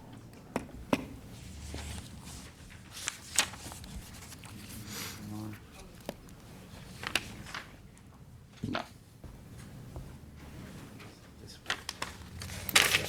So if you can see up on the aerial, I have the one in red. 2 lots in the CR 80 zoning district, one here and one here. They both have residents on there. The application was sort of to reconfigure the 2 lots that were going down the middle like that. You know, they're configured is they created stack lots behind them. It required going to the zoning board to do it this way. Actually, this is a map here. One of the things the board should be aware is this back lot, you see that second lot in the back, actually has frontage along, I think it's William Street or, but that's a private road actually that they don't have rights to, but they do have the legal frontage. So it didn't require a ZBA action, but they got some relief, lot width, maybe a couple small things here. And because they couldn't take access here, what we did was we have an easement going over this property so they could take access from this road instead. So that's how that came to be. It started with another planner. I'm taking it over. This one came in with the final application. They had to go to the zoning board. They came in with the final application with their health department approval. When I got the application, I realized that the pre-application was expired. But here, they came in with a health department approval. So I don't really see any reason why I wouldn't just extend the pre-app report just to make it whole. Is it based on this map, It's the based on this pre-app? map, yeah, Okay. 100%. So number 24 on the agenda is just an extension of the pre-app from today. topping. We do them for a year, so it'll be good for September 26th of 2026. So you want that action first? Yeah, action. Okay, so motion by Kate, second by Gloria, and all in favor? Aye. Opposed, abstention, 6 in favor, 1 absent. And then we move to 13. Yep, and we will deem the final application a complete, and schedule the hearing for December 11th. So we have 4 that night, 3 of them on mine, so I'll be there. Okay, great. Motion by George, second by Tom. All in favor? Opposed, abstentions, 6 in favor and 1 absent. Can I just do my one more? Yeah. Get them out of here. Yeah, yeah. 16. Number Yes, it is 16. MRM Ventures? Yep. All right. This is just to set up a pre-submission conference, 801. County Route 39. This is on the north side of County Route 39. This shopping center is the one that has the Goldbergs Oh, yes. Yeah. in there. There used to be an OTB in there, I think, if I Yeah, remember. yeah. from- But then it was totally redone. RW4. Yeah, then they did, actually, the signage came out really It's nice very there. nice. They're looking to utilize the space on the westernmost portion of the property for a cannabis dispensary. They got their proximity protection from the state. If the board realizes that across the street here, we had an application for one near the condo development. Yeah. Yes, that They club. have not submitted a formal application. So right now, there is no separation instance because we don't have an application for this But particular what about site. the cannabis board? Do they both have applications before the No, the one that we did a pre-submission across, at the nightclub site. Yeah. They did a pre-submission conference report.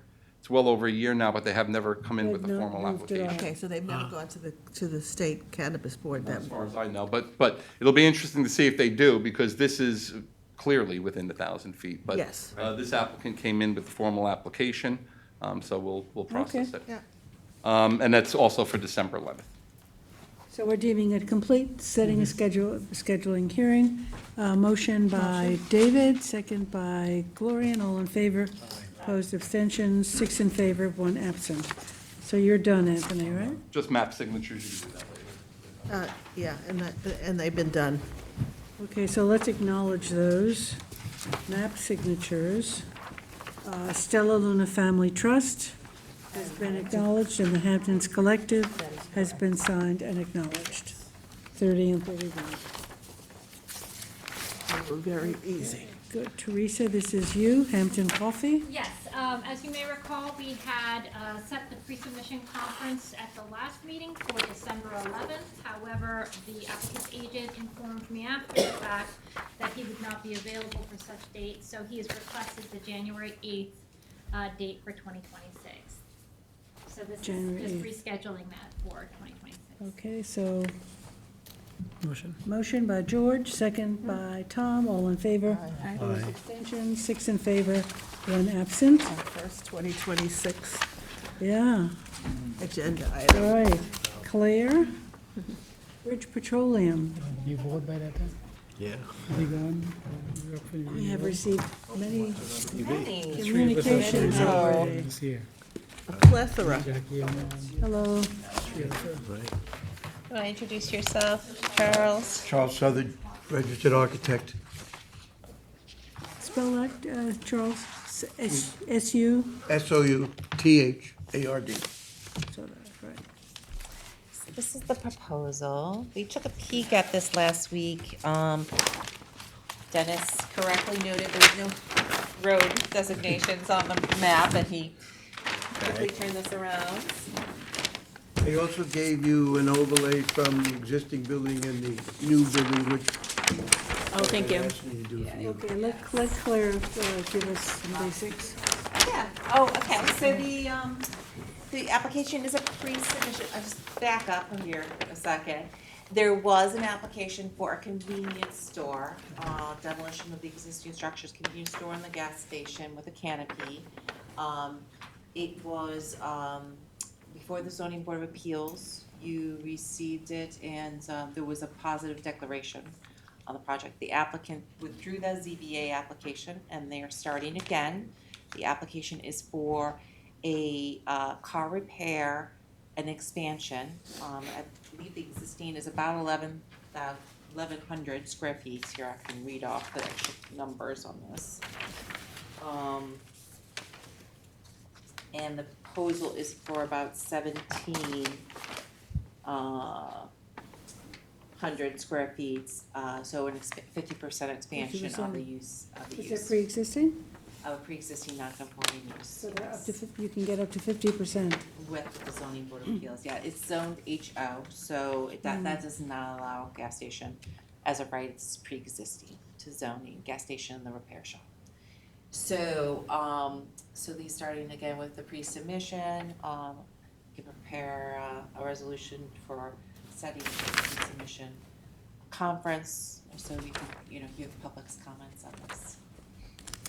Any questions for Charles, unless Charles, you want to speak? So, Charles, so this is a building that will do repairs and maintenance, car maintenance, and you'll have pumps as well? Looks like. That's the existing, yes. Okay, the proposal is, what we're doing is adding a whole solar project on. We are putting 120 solar panels on the roof. We will put 3 20-kilowatt battery storage in the new room that's created, one part of the addition. We will have 3 level 2 vehicle chargers in the parking area on the side. And the purpose of the expansion is for the existing electrical equipment, the batteries, the waiting room, and toilets for battery charging people. So there's not going to be a gas station anymore? Oh, yes, still going to remain a gas station. This is in addition to the existing gas station. Are you knocking down what's there? Yes. And starting again? Yes. All right. Do you have any elevations to show us? Yes. I spent them all. Yeah. The battery storage, where does that fit into our new zoning code? It's approved. Thanks. Claire? Battery storage is just considered a small battery storage, up to 80 kilowatts storage is permitted. Is that allowed to be stored inside? You said you were doing it Correct. inside the Yes. building? Yes. Not related to car batteries, this is, Well, they charge car batteries, yeah, for electric vehicles. Not related to regular car batteries, no. These are electric vehicles. So Is this there is, any proximity in like the fire code, proximity for battery storage to fuel stations? Not that I know of. Okay, just noting Could that. be. Good question. Fuel storage is underground, the pumps are quite far away from it, so I don't think it's a problem, but it's a good question. Yeah, always. Seth, there is a separation? There's certainly a lot of fire codes that apply to setbacks to something that's flammable. There's a ton of code on that. But that's fire code, building code, types of things. It'll all be looked at if he's proposing to build a battery. Just something to research. But Thank maybe you should just check, Charles, I will, to educate I yourself. will, thank you. So what are we looking at here? This, this is, Did you give them a little rendering too? The It's at the rendering? very back. In the back. It's at the very back of your back package. of the pack. Oh, there it is, yeah, small rendering. We can see it from here. Give you an idea. Front of the building has a canopy to cover the pumps, the fueling pumps. And the rest of the building, the reason for the new building totally is because of the fact that, number one, the setbacks required a 30-foot from each road. And number two, the direction of the building is properly suited for adding this many solar panels on the roof. The other building that, the back of the building was small and faced basically south. This way, we have an east and a west, so we can put solar panels on both sides of the building. so the orientation of the building is going to be North- wide to the road? North, east, and southwest. But it'll be the wide-facing portion of the building will be to the road? No, the small portion. The Small- front portion? If you look at the site plan. Yeah. Yeah, you See, can see, it's a this is small the existing portion. building, and this Yeah. is the new. The building's only 32 foot wide, and the 32 foot wide frontage faces on Montauk Highway. The Yeah. longer exposure faces on Yeah. Walker Avenue on the side. And how many gasoline pumps and how many charging We're permitted stations? 3 now, we'll have 3. I see. We're gonna add 3 dual electric vehicle chargers. And I couldn't find any code on electrical vehicle charging in your code. I went through everything. So I'm assuming it's a permitted use. I know the solar panels are a permitted use, the batteries are a permitted use. And like I said, I can't find the charges, vehicle charges, but I know they're approved in residences, so I don't know why they wouldn't be approved in a. What are these and these? I'm seeing 2 We and have 3 2. pumps, we have permitted 3 pumps. The other is a possible location for electric vehicle charger if we go to a level 3. But the 2 in the back are the gasoline pumps.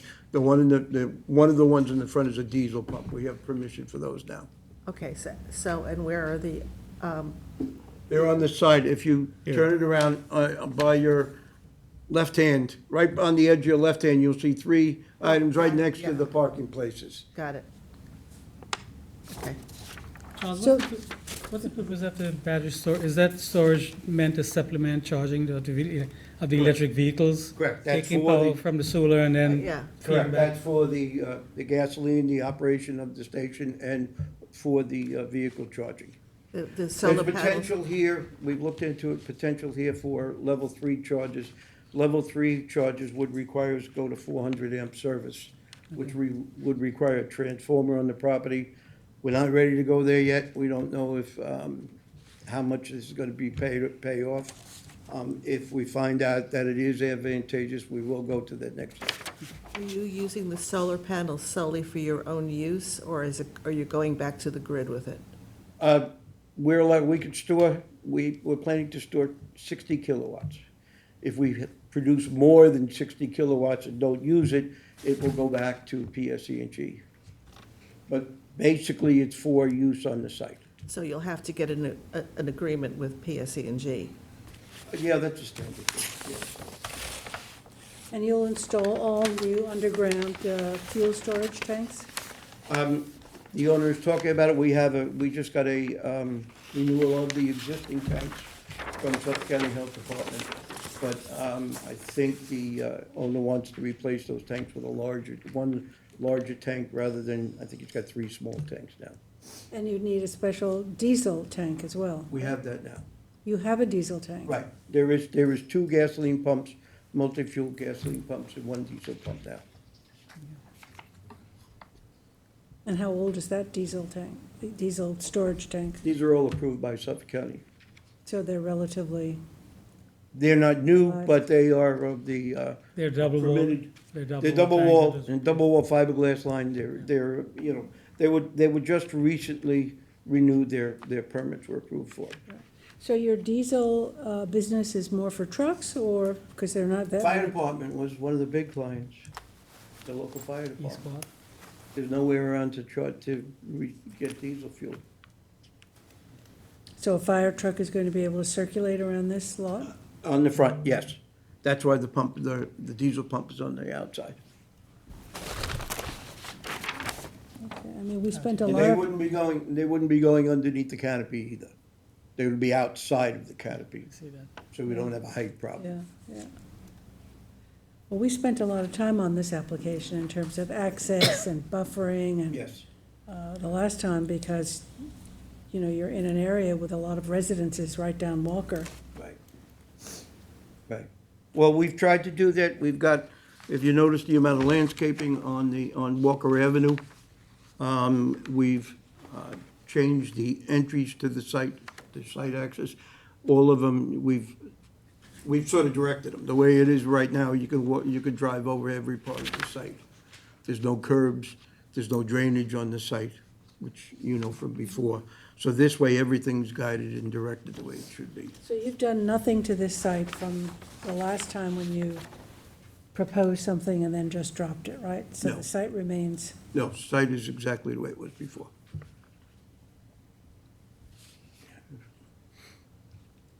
so I see you have 1, 2, 3, 4, 5, 6, 7 parking spaces? I believe it's 8. Yes, it's 8. 8. Is that There's one enough after. for the, Oh. I don't know what the requirement Well, would be here. the requirements for a fueling station, or a vehicle repair station, are kind of funny. They require 2 per bay, and will remain to be 2 bays, so that's 4. And then there's also parking out by the pumps, which is backup space and everything, so it's kind of difficult to calculate, but Well, you've got 3 pumps. I've shown what we have. You have 3 pumps, We have 3 pumps. so that's six spaces, Well, there'll be, if we allow 2 spaces for each pump, there'll be 6 spaces, correct? you know, in the fueling aisle, and then we have an additional 8 spaces of parking. According to the agenda, we were setting up a pre-submission conference report. Sounds like we're doing it. Oh, conference. Yeah, so Conference, not the report part. Set pre-submission conference. Conference, yeah. Yeah, that's what I meant. So we should move to that. What? Maybe, is what you're suggesting? Well, it's like we're actually having it right now. Oh, the conference is the public hearing, obviously. Okay, Yeah. so it's just the evening session. Right, that's the proposal. They have the required information to Okay. process it, but you had some questions, that's great. And I recommend the January 8th meeting. Yeah. Is this property leased or No, this is owned. owner operated? Yes. Okay. So January, are we doing a pre-submission conference or a public hearing for this? Conference, yeah, conference. Yeah, we often have a work, I guess that's a work session. I'm getting confused with our terminology. Yes, I mean, you could have a work session on this if you want more. I think we just had a work session. Yeah, I think we you just did, did. yeah. So that's what we had. Yes, yeah, it was great information. Lots of questions that he was able to It's an answer. interesting concept. This is sort of 21st century a little bit. Yeah, Of thinking forward. So, okay. So that's my recommendation. There's not a lot of level 3 charges that are not tested or reviewed around. No. Claire, do you want? So we're scheduling this for a January 8th. 2026. Yeah, okay, motion by Gloria and second by You Kate. need that? All in Okay. favor? Aye. Opposed, abstention, 6 in favor, and 1 absent.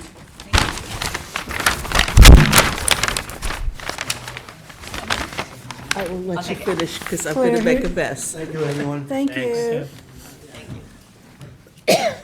You want to sit here, Seth? Okay. Okay, Seth. Seth, you've got a whole bunch. Number Yeah, so the 17, Flanders Auto Repair.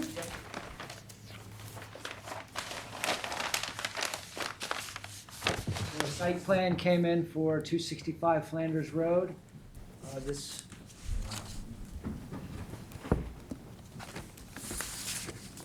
Not it. Oh, just so you know, Oceanside is off. These ends out. Oh, it is. Yes. Then you should over to next week. Yes. Okay. So we'll have to add that, Claire, to the November 20th. Yes.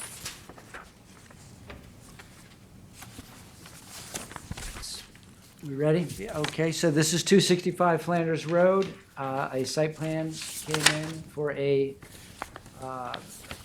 auto body shop. This will be a change of use from its existing use, which is True Art? True Art. True Art, that's the one. Yeah, so this is in the LI 40, the APOD, and the compatible growth area. The applicant is going to change the use to an auto body repair shop, which is a special exception use in the LI 40. In order to do so, they're going to need to remove a bunch of the overhead doors. There's 4 currently on this site, and they're going to remove 3 of them. The reasoning behind that is each bay, as was just pointed out, requires a certain amount of parking. So with 4 overhead bays, there'd be a requirement for more parking than they're willing to or would like to have on the site. There's currently 5, as you can kind of see here. That would be four per bay plus 1 employee. So it's really a modification to an existing site plan. I can tell you that they had a revegetation plan. If you've driven by it, it's been pointed out that it doesn't look very good. Unfortunately, it had a revegetation plan in '23 that was approved. Maybe we could work on that. But at any rate, it's complete. Their application is complete as of right now. And we'll be scheduling a public hearing for the 11th of December. I had asked earlier to So have it. that's the 4th or That would be the 5th? 4th. That'll be the last one. Yeah, there's 4. This should be pretty. We need them to deem it complete and public. Yes. So just deem it complete and we'll schedule that. Okay, so motion by George, second by Tom, all in favor? Aye. Opposed, abstentions, it's deemed complete, and December 11th, public hearing. Number 18, If I may ask for number 20, as we're in the revegetation area, and I have Brian sitting here Yep. waiting. so Laurel Acres, lot Acres. number 3, Yeah. item 20. So this would be the more difficult of the revegetations, only insofar as there's a transfer of development rights involved. Name for the record. Brian Locascio with the Adam Miller Group, 2462 Main Street, Bridgehampton, attorney for the applicant. I can give you a very brief history of this property before Seth does. So this client purchased this some years ago now. We didn't handle the purchase, but it was one of those marketed with room for pool and tennis. The property is heavily burdened by landscaping and driveway easements kind of all through. There's crazy driveway configurations on his property. So it's just so much of that is eaten up by clearing.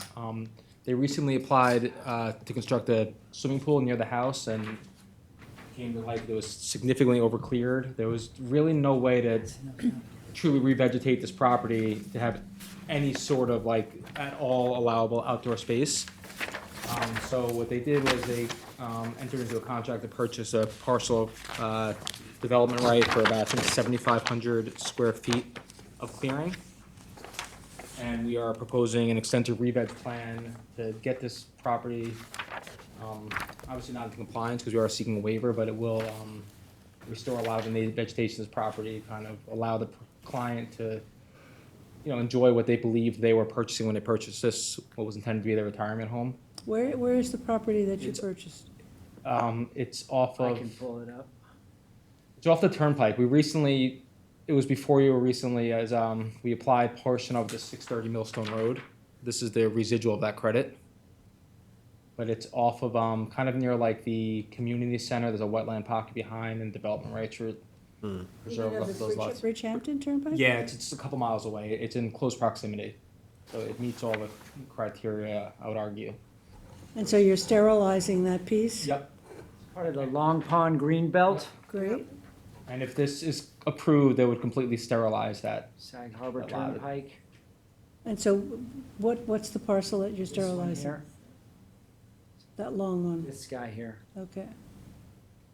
So it's got wetlands, it's a fantastic spot. I mean, Yes. to It ties into preserve. the- Well, This could is it open actually, space next door, so So he's perhaps. lifting the rights from Yeah. that Yeah. and applying it to this, which is good. So this is the mother lot. He's presented us a TDR, which covers 30,388 square feet. The clearing aspect of that is a quarter of it, 25%, which would be the allotment that he is asking for, which was 7,597 of clearing rights. But in actuality, it's 30,000 square feet of land that's left for that parcel. Which will be, upon your acceptance, would be deeded over, or I should say, Executed. made into open space. So the entire TDR will be extinguished with the 75. This is what's left of that lot. It will be in its entirety. This one here is for 7,500 and. And so does that satisfy the overclearing completely? That's, No, there's a re-veg plan which I'm passing out right now. More. And there's, I think we're Wait, there's planting You could buy- 27,486 square feet of vegetation will be. You could buy another piece over there. You could. no, so. Is there more available there for TDRs? That was the last of the fragments for that specific lot, and just so you're aware, that's less than a mile away, Yeah, to the okay, site. very close. Yeah, I So see. this would be the site, and this Yeah. is where we just were, Right. so, which is Well, I important think that we're. TDRs for this sort of problem are terrific. Yeah, and I It's a mean, good this is solution. like such an extreme with the driveway easements that they kind of allegedly, unknowingly inherited when they purchased this. So the lot is heavily burdened from that regard, and that the neighbor controls so much of their property. And are they going to do away with some of these driveways? Yes, all the driveways in the center of the property are removing, except for the one to the, I guess, the east, because that's the neighbor's driveway. This one stays put. And this this is all our property and fee, but it's completely controlled by the neighbor. So it's just such a large chunk. We explored a lot line modification, but wasn't well received by the neighbor, and What do you mean controlled by the neighbor? they have a driveway and landscaping. At one point, they owned multiple lots in this, and it created this grand driveway scheme that they love. It's quite beautiful when you come off a Sag Road, but it just, from a clearing perspective, it just eats up way too much land, and it just makes So the entrance is, off of Sag Road, so you kind of where those driveways converge, they then come wrap around that house to the south, Seth. No. I believe they come out right to your right. To the bottom there, where the It's two line is? yeah, it's just Wow. It's a very strange alignment. Yeah. Yeah. No, it's just the way the lot lines were Wow. done. I mean, it's great in that it's a common driveway, one curb cut servicing multiple lots, but once you get beyond that, it's a very. looks like an amoeba. It does, kind of, like a squid. So this was the most palatable that I viewed a solution to this problem that I could bring before you all and allow the. So I understand part of it. So now what about this, So we have an allowance for 29,252 as of right, 25%. We just added through a TDR 7,597. So now they're allowed to clear 36,849. They still have to make up, their existing is 64 and change. They have to make up through revegetation 27,483. A lion's share of that in actuality is the removal of this driveway going right through the heart of the property. So Brian has brought you the revegetation Yeah. plan. It does have a number, but a saving grace for this is there are a lot of trees on this parcel. It wasn't clear cut, it wasn't turned into lawn. Yeah, the mature trees remain, and You we're can see preserving that. all those. So they are going to augment the trees throughout the area. They're going to be redoing the driveway, excuse me. And so it was a pretty sizable revegetation. I think with the two working in tandem, we will have the A site good will be plan. in. Were those gravel driveways? Those are. Yes, they're all yeah, gravel, same yes. So they'll be replanted, taken up and planted? Exactly, yeah. And you said something about a pool? Yeah, I mean, so the area where we're considering, or, that's not being revegetated is this kind of yard off of the house. So kind of more or less where the driveway wraps around, that's where they're proposing their pool. Okay. Maybe a little pool house, so we're kind of staying within disturbed area. Mm-hmm. And then we're filling it around the perimeter of the property to the east and. You've taken that into account, Seth? I have, the one thing that I was going to suggest, as this has been moving pretty quickly, is there's a lack of grasses, so that I would request that the applicant certainly put a lot more grasses on this I'm happy to revegetation. work with Seth. He just received his plan 2 days ago, maybe. So I'm happy to give him a little more time to digest and make sure it's a plan that meets his blessing. But as you can see, I'm committed to revegetation here. Looks like a project, but the TDR is great. So what are we doing, Just Seth? we accept the TDR. I have before you, I've passed around a resolution suggesting that the TDR will cover what we discussed, the 7,597 square feet. And then additionally, with the revegetation of the 27,486, this will put 788 Sag Road into compliance. Right, but council, do we need a separate TDR approval? Yeah, you can put it all in the Put same it all in resolution. one? That's fine. Okay. Yeah, I used another one that did the two together, Okay, so. excellent. uh, Okay. Any questions? Just wondering about- question is, I'm sorry, is Seth was saying that you have some questions about the re-veg plan, specifically on grasses. So is this something? I'm going to put into the resolution for passage that the applicant has agreed to put in grasses throughout all the revegetated areas. They're not represented on the current revegetation plan. Okay. Yeah. And then just wanted to know what the plan was for access. It wouldn't disturb the revegetated areas when you're No, because looking we're at the preserving the pool? driveway along the north.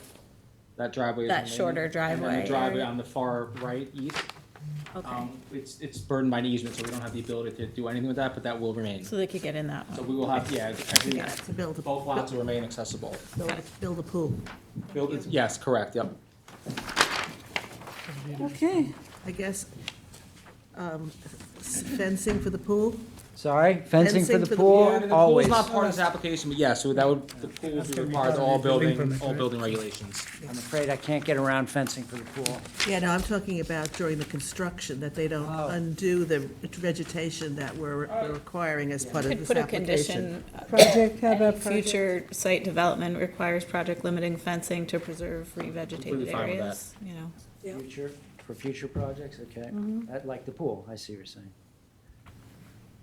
And Okay. maybe if they're ready, we can have it all in one action, so like the pool can be put in, then the plantings put in, so everything can actually, That's better. if the Yeah. clients are Going- ready, I'd be happy to work with you Yeah. and the building Yes. department. Yeah. And I think that would make sense for everything. Great, Put the makes pool in sense. first, then do the re-veg Yeah. afterwards. It's probably Okay. economically beneficial to them if they have the Did we ability. vote on this? No, No. I'll move it though. No, 'cause Motion by Kate, second by like Gloria. A questions. lot of questions came in. Motion by Kate, second by Gloria, and all in favor. Aye. Opposed, abstentions? Thank you all, I appreciate it. Thanks, Brian. 6 in favor, Brian. 1 absent.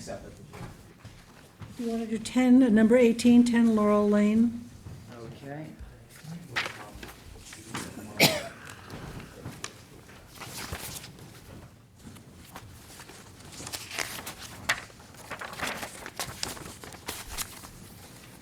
Okay.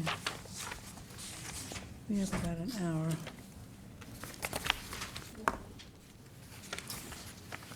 So this is a 20,000 square foot lot off the Sag Harbor Bridgehampton Turnpike. And it's in the CR 200, additionally the APOD. This site was undergoing some renovation work over the last year, and in October 15th of last year, there was an NOV issued for overclearing. There might be someone on Zoom. Peter, is there anyone on Zoom, a Mr. Mackey by any chance? There's only an Ina Monte. Nope. Okay. Well, afraid we missed him. At any rate, this was cited for an overclearing. The homeowner was unaware of the system of how to correct that, being out of compliance with our code, and took it upon themselves to revegetate. They went well beyond what they were required to do. They had a 60% allowance for the clearing. The photo does no justice to what they've done since. I have seen it back in October, and they have gone to great lengths to revegetate it all the way to 37.5 or 7,500 square feet of clearing. So they put in 12 red oaks, 30 bayberries, a bunch of ferns, butterfly weed, switch and sedge grasses, to basically address this area that was, and this area here. So I've seen their revegetation with my own eyes. I think they've gone well beyond what they were required to do. So I would suggest that their revegetation plan exceeds our compliance Okay. and suggest we pass it. Motion? Motion by Gloria, second by Kate, all in favor. Aye. Opposed, abstention, 6 in favor, 1 absent. 19, 97 Tanager, part of the Tanager Hill subdivision. This is Watermill. We have here.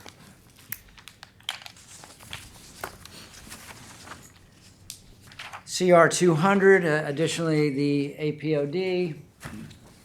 This is a site that was built to fit the clearing. They maxed it out in many cases, so I took this project on at the bitter end as it was shown to us that they had overcleared and that it was going to be very difficult to get the actual 25% back. There is additionally an access agreement or an access easement on the north there for utilities and drainage. So there was some work that had to be done. We had to pull an underground tank out of there. So the applicant has been working diligently trying to get in compliance with our code. The revegetation plan has gone back and forth. It's within 10 feet of the house and the pool and the tennis court, but they got their 25%, and they have been forced to put in a lot of different plants. I've got 30 oaks, 4 dogwoods, huckleberries, bayberries, blueberries, and the grasses that are commonplace, sedge, switch, and bracken fern. The revegetation was 24,172, equivalent to 16.2%. So it was a sizable re-veg. And the applicant and I have been working diligently back and forth, pulling things. They oftentimes want to put it on the septic system, so we got it off of that. And I got it everywhere I could, and it's 25%, so. great, great. Now, when is the planting window? Is it closed now, or? This one has, I actually had said to him, go ahead and get going on this, so he's done a lot of the work already, quite honestly. Okay. Yeah. Okay, motion on this by George, second by Tom, all in favor. Aye. Opposed, abstention, 6 in favor, 1 absent. You have one more, number 21, Caldwell Homes, lot 8. That one, unfortunately, they were not able to get me their re-veg plan, so I pushed it to the 20th, yeah. So this is off. Off. You have number 23 as well, if you want to keep them going, or And I guess you no. can go in order, that's fine. Okay, so we have to do your extension. You have an overclear. That's I have a one number extension myself. 23, the Gerald Lynch lot 1, 6 months to April. Yeah, that should have my name on it. It's a 6-month extension. The approval expired in October.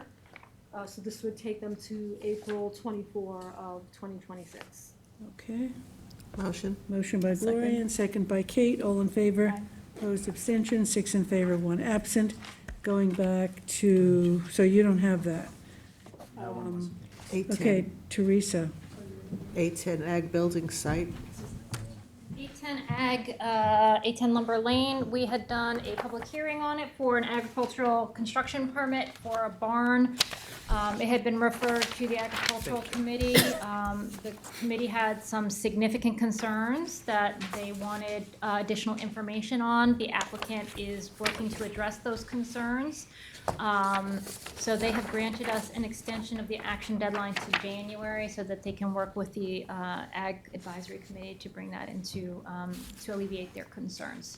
That's the 810 with that big field. With and- the big field. Yeah. Mhm. There was some violations there. They resolved those violations. They want to put in an orchard and some various other agricultural activities and a barn. And again, the Ag Committee had some significant concerns, and they're willing to address those with the Ag Committee, and they've granted us an extension of the action deadline. Okay, to what date? January? January January 8th. January 8th. Also have January 15th reference there, is that the, Well, I'll correct that. no, they had it, No, I mean, is the 15th better? well, I don't know, you said. No, it was a typo. I was looking at the calendar wrong. Okay, It's you want, the you 8th. want the 8th? Yeah. Okay. Okay, motion by Gloria, Motion. second by David, all in favor. Opposed, abstentions, 6 in favor and 1 absent. And we are now up to Teresa, 25 16 16 Indian Avenue LLC. This is in Hampton Bays. We did a pre-application report for a property. It's not actually 16 Indian. It's 138 Springville, I believe. It was a 2-lot subdivision. It's not 201. No, 201. I didn't have the address in front of me. It was a 2-lot subdivision. They had cleared the lot. We went back and forth about that. And then we did a pre-app report. We granted them 1 extension. This is a second extension, so you'd need to waive the policy and adopt the second extension of the pre-app report because they're having difficulties getting through the health department. We need to waive it?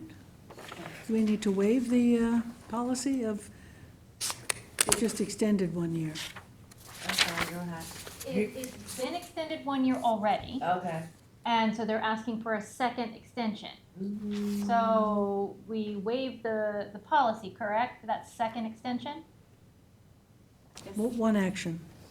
One Yeah, action. one action. Okay, Yeah. so we're waiving the policy for the second year extension and extending for another year. That will go to I believe it's September of September 2020. 15th, 26. 2026. Okay, motion? By Gloria, second by David, all in favor. Opposed, abstention, 6 in favor, 1 absent. Seth, you're back with another extension. Yes, we're trying to close out the Boosel Boosel? site plan, yeah. This was approved back in March 13th.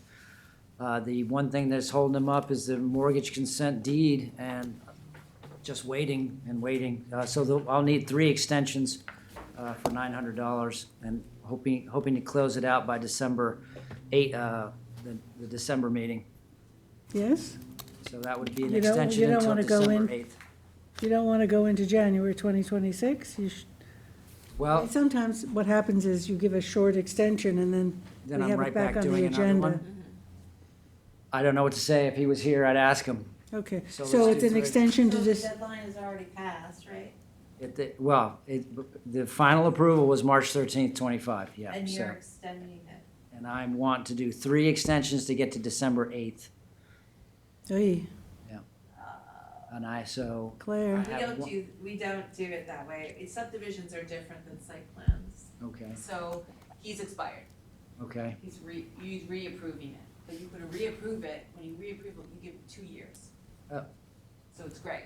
so we can just do a reapproval? Just do a reapproval. Just do it, yeah, just do a reapproval. Oh, Yeah. I'm sorry. Well, no, I'm sorry, reapproval, but it gives him 3 months. It gives him 3 months from this date. Okay, So they'll get to February. That's what that'll be. so may I move that we issue a reapproval instead of an extension? Yeah, Motion. And I shall write that And up. to February, we have a it'll be date, February 3 months. Yeah, 3 months. 3 months? We have a date in February? 13, February 13th, February 13th, okay. 2026.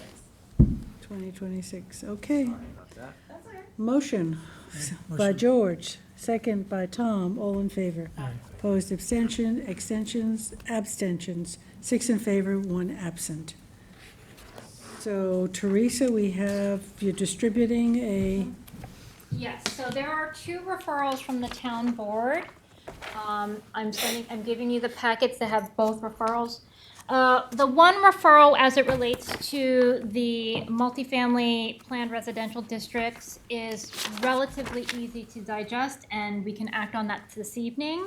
The other referral relates to the repeal of the Affordable Housing Overlay District and then replacement with a Community Housing Overlay District. So with respect to the MFPRD, the current code says they have a 1-year expiration date, or 18-month expiration date from the approval of the subdivision, the PRD, and obviously getting through the health department and getting building permits in 18 months is very difficult. So the code amendment is to allow for the expiration to be 3 years from the date of approval with up to 2 1-year extensions. so that's number 28 you're talking about? Yes. Yeah, And And I have that resolution here, I'm sorry, I did forget. can you just re-articulate what this is? Because you said words and then you used an acronym, and I want to understand. MFPRD is the Multifamily. multifamily planned residential district. For example, the most recent one that we've approved was NRP Group, Okay. okay? That's Um, number 28, Gloria. Particularly when you're trying to get funding and you're trying to get through the Yes. health department, that's all a long process to get through that final process. And so we are, the code is looking to be amended to allow for a more lenient and reasonable timeframe than 18 months. Thank you for the explanation. Absolutely. So you've drafted something? Yes, I drafted a resolution recommending adoption of the legislation as it provides a more reasonable timeframe. Great. Any questions? We need two different actions for 27, 28, or are we Yeah, just they're doing separate 28? items, yeah. So we're working on 28 now. 28. And a motion. I'll move to support. Motion by George, second by Tom, all in favor. Opposed, abstention, 6 in favor, 1 absent. And now 27, you're just distributing. I'm just distributing. Again, it's a repeal of the Affordable Housing Overlay District and replacement with the Community Housing Overlay District requirements. Basically, you would land additional affordable housing in coordination and conjunction with community housing funding. And there's a whole mechanism that lays out what that process is to get both of those approvals at the town board level. Again, just to review and distribute and review, and then we'll bring it to the board next meeting for your consideration for adoption. Claire helped write the code, so if you have any questions, you can give me a call or Claire a call, and we could walk you through some of that. We don't have any more time? No, it's scheduled for a public hearing for, First week in December, right? yeah, first meeting in December. Which is like the Yeah. 4th or the 5th. It's before your. December 11th. Yeah.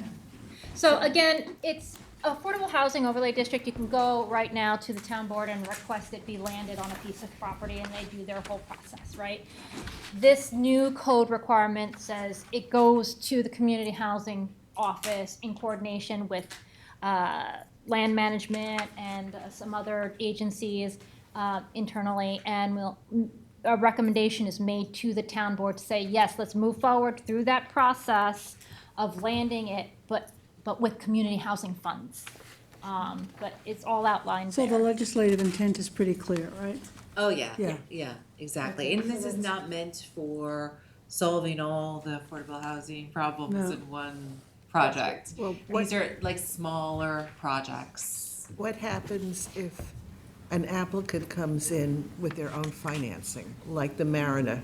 They'd have to use the MFPRD.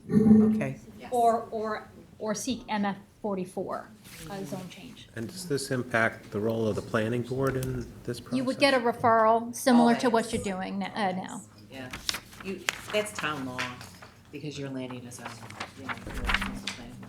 So does this also make the code consistent with the authorization of the community housing fund and the plan that was applied, and then the code follows, right? Yeah, and it's so funny, I think the town board was realizing that, you know, they're approving this fund because it's a good project, but they didn't start the other part of the Yeah. Right, which is zoning, like landing. community housing fund This- was authorized the plan. This puts and it then- together, so they're not looking at it both in a vacuum. That's great. right? Maybe more efficient.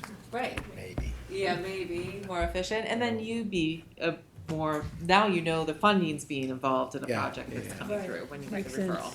Yeah. Okay, we'll read it, and if we have questions, we'll email you, and we'll get ready Yeah. for Definitely, give me a call. the you know, 20th, yeah. And it's a short time period, because we have Okay. to do it next week. And I'll put something together too, and maybe send it to you on Tuesday. That would be great. That would- Just to give you, because I know about it, I can give you some That's background You information, can and then you give can. us in layman's words, as opposed to Yeah. the The code. code, You don't yeah. like reading laws? What? But on top of everything else. Yep. Okay, All so we have one more, right? Have a nice evening. Thank you, Teresa. Teresa. We have Mariner Housing, number 29. We were gonna try to squeeze it in last time, and we didn't get a chance to. Read. Outside reading, huh? Here.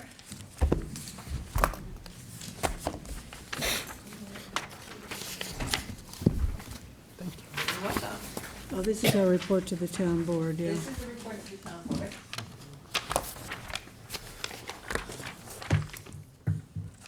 So we had spoken about this a couple times. The applicant came in, of course, for a work session that was super helpful. That was September 11th. We talked about it again on October 9th. And we didn't talk about October 23rd. It was, the date now is November 13th. We were supposed to talk about it at the last meeting, but we didn't have time. So this is going to be today's dates. So do you want me to just read it? Yes. Okay. Planning This board- is from our discussions, This right? is from your discussions, and let me know if you, if I have your notes. Yep. Let me know if I forgot anything, of Okay. course. Planning board supports the initiative for affordable housing development that helps address the town's long-term planning goals by increasing the housing supply and providing diverse housing options. However, the planning board finds that the proposal is a significant development and is concerned with the potential environmental and cumulative impacts the project may have. The subject property is located in the Aquifer Protection Overlay District, which was created to protect the town's sole source aquifer from contamination by regulating land use in the water catchment areas. Further, CR 200 zoning district was established to preserve large open spaces, maintain the town's rural character, and protect resources. By mandating large size lots, the CR 200 zoning limits development density and helps ensure that the town's unique ecological and scenic qualities are preserved. Therefore, the project's potential environmental impacts must be carefully assessed before approval is granted. Secret concerns include traffic, access, cross-access, groundwater sewage treatment, APUD clearing, appearance of buildings, slopes, public water pressure issues, and cumulative impacts. I think that covers what we talked about, yeah, environmentally. Yep. The planning board is concerned with the precedent of the project as well as the cumulative impacts when considered with other similar developments. Therefore, the planning board finds that assessing the cumulative impacts of this action will be crucial to evaluating all the project's potential impacts. The goal is to prevent significant negative effects that could be overlooked when only looking at the project individually or by neglecting to consider the potential precedent that may be established. While the town's housing needs must be addressed, high-density development must also be carefully scrutinized to ensure that fundamental quality of life issues like noise, overcrowding, and lack of green space, as well as the stress on public services such as healthcare and education, are not compromised. Good. The planning board recommends that a comprehensive study be undertaken of remaining lands available in locations that could potentially accommodate high-density residential development for workforce housing.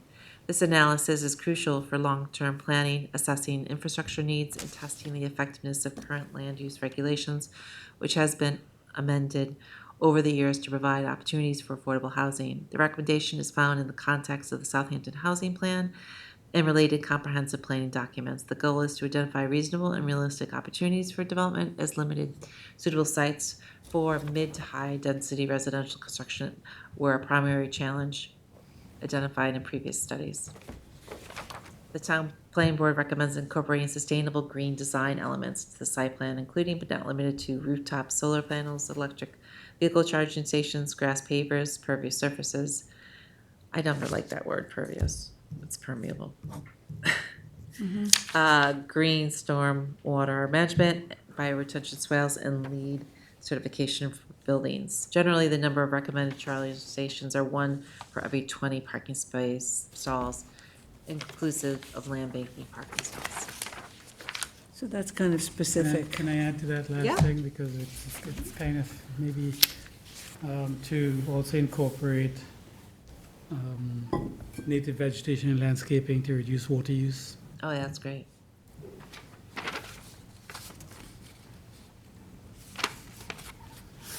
So we've had a lot of community input on this, and I think that number 1 and number 2 reflect it, Claire. It was well written.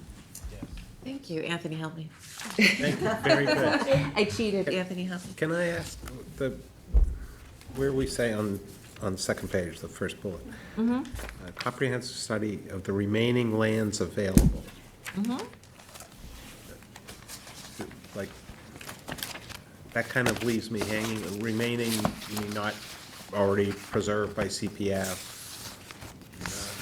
Like, you know, 2 acres or whatever, I mean, this is obviously, I have to, I I should think say. I was how many. referring to, like, when we were talking about this, we were talking about a code analysis and a map that highlighted the areas like we did for Bess, like, based on the constraints of the code and the, reasonable analysis. Yeah. Here's the sites that are available, and so I think that's what that was referring to. Maybe you could adjust the language so it's more clear, saying, a visualization of sites that are available for On the open affordable market or housing, something, right, like. and prioritizing, maybe. So, What's- we don't I don't know have what the right like, phrase is, that are already zoned for, No, housing or nothing, just. well, next door, right? There's another large piece next door. Right. That there was the, There's a sign for sale there. And that's there was CR, talk about that's CR development 200. there. CR 200 as well? Yes. Yeah. Or, a large vacant parcel that, this can't be just in a there should be some Yeah. background. Should be a master plan. Master plan. Absolutely. Also, we have to talk about the size, that we're not looking for every lot where a 4 or 6 unit. It's got to be, Well, what, that's not- 24 and above or something? I mean, that's, a smaller development is Better. where that community housing overlay district fits, I think. This is something that's much bigger, and traditionally, communities are not happy with these larger, for sure. Right. Yes. Right. And so, So maybe you can weave into the language of looking for alternative sites or doing a master plan that, to accommodate smaller, That's what the comprehensive study reference is. but maybe you can just say those words so that if they don't know what that It study might be is. confusing it by trying to clarify it, could you find a piece of, land zoned light industrial and say, oh, this should be affordable housing, that's where, parkland, well, we know we're not gonna touch Yes. parkland, we're not gonna touch CPF. I was just trying to put some kind of handle on it, but maybe just keeping it that way is fine. Or proposing And then smaller, discuss it.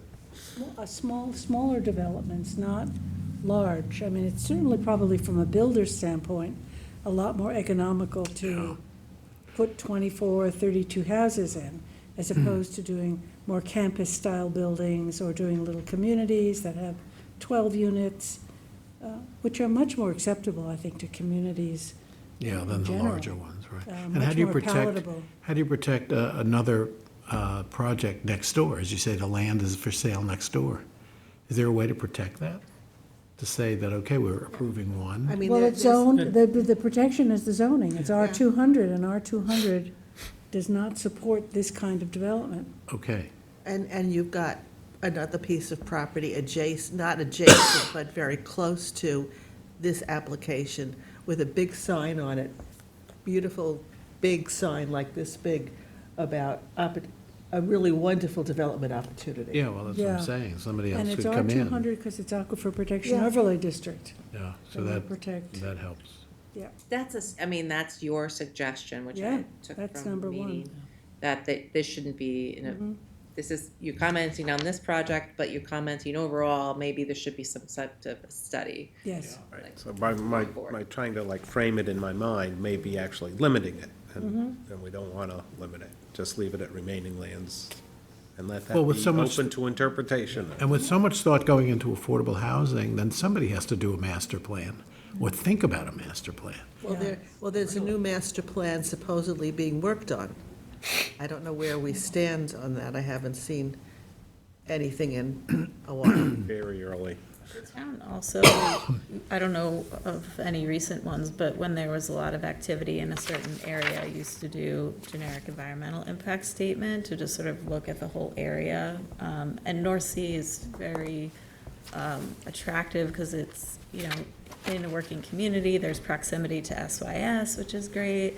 But then you also have the Aquifer Protection Overlay District, so, and, it's east of the canal, so people can get further east for, so I'm not suggesting that we go there, but and maybe more of an analysis of, you know, how much activity is going on in this area and not having it sit in a It vacuum. goes back to the Hamlet studies, you know, I don't know when those Hamlet studies were done, they're probably outdated. Sure. Oh, they were all, well, some of them were done piecemeal, right? And some of them were in the 1999 comprehensive plan, so. So, I mean, but you look at Hamlet by Hamlet, how many affordable units has that Hamlet absorbed? Move to the next one, and just make some kind of general comparative. We need a blueprint, And really. it started with the housing plan, you know, it started with the housing plan, but that's pretty basic. Yeah. There's more information that needs to be put in there, so. So that's this will just end up being kind of like a working group, I would think, similar to the BESS working group, where you bring different people in and, you know. Figure out really where things should go. Well, yeah, where things can go, but also where things are as well, right? Because Yes. to get over the whole thing about 5 big developments and, you know, within a real proximity of each area. So we need an assessment of what's available, but also an assessment of what's already there to avoid overcrowding in any one area. You know? And so an inventory of all these things that we approved, that we know because we've approved it, but anybody else can say, well, you know, there's already 2 large developments there, should there be another one? And Major's Path is kind of, you know, some of those areas you're seeing that, you're seeing a lot of comments on those things now. Yeah, about that, it right? burdens those communities. Yeah. Upgrade the GIS system to provide visualizations of targeted activities that, you know, would help us make better decisions outside of a vacuum. I mean, that exists. Is the technology getting upgraded? Well, GIS is great. I mean, they're a great tool. Yeah. I mean, we ask them for maps every day, and they provide it. You know, we definitely do this, so. And we had talked about having a session with Kara Bach to Right. kind of, you know, bring us all up to speed on Yeah. where we are with the community housing. You know, having her in to talk would be, Yeah, it'll be good. yeah. So related to this, I think you did a great job capturing our feedback on the You report. did, I feel Chloe. comfortable with it. Very good We still need to language. vote on We setting. need to adopt this So we can let referral. him to go. Task at hand. So, can I have a motion? Motion by Gloria, second by Kate, all in favor? Aye. Opposed, abstention, 6 in favor, and 1 absent. I think we've done it. Right? So motion to adjourn. Motion by Gloria, second by Kate, all in favor? Opposed, abstention, 6 in favor, 1 absent, and we are adjourned.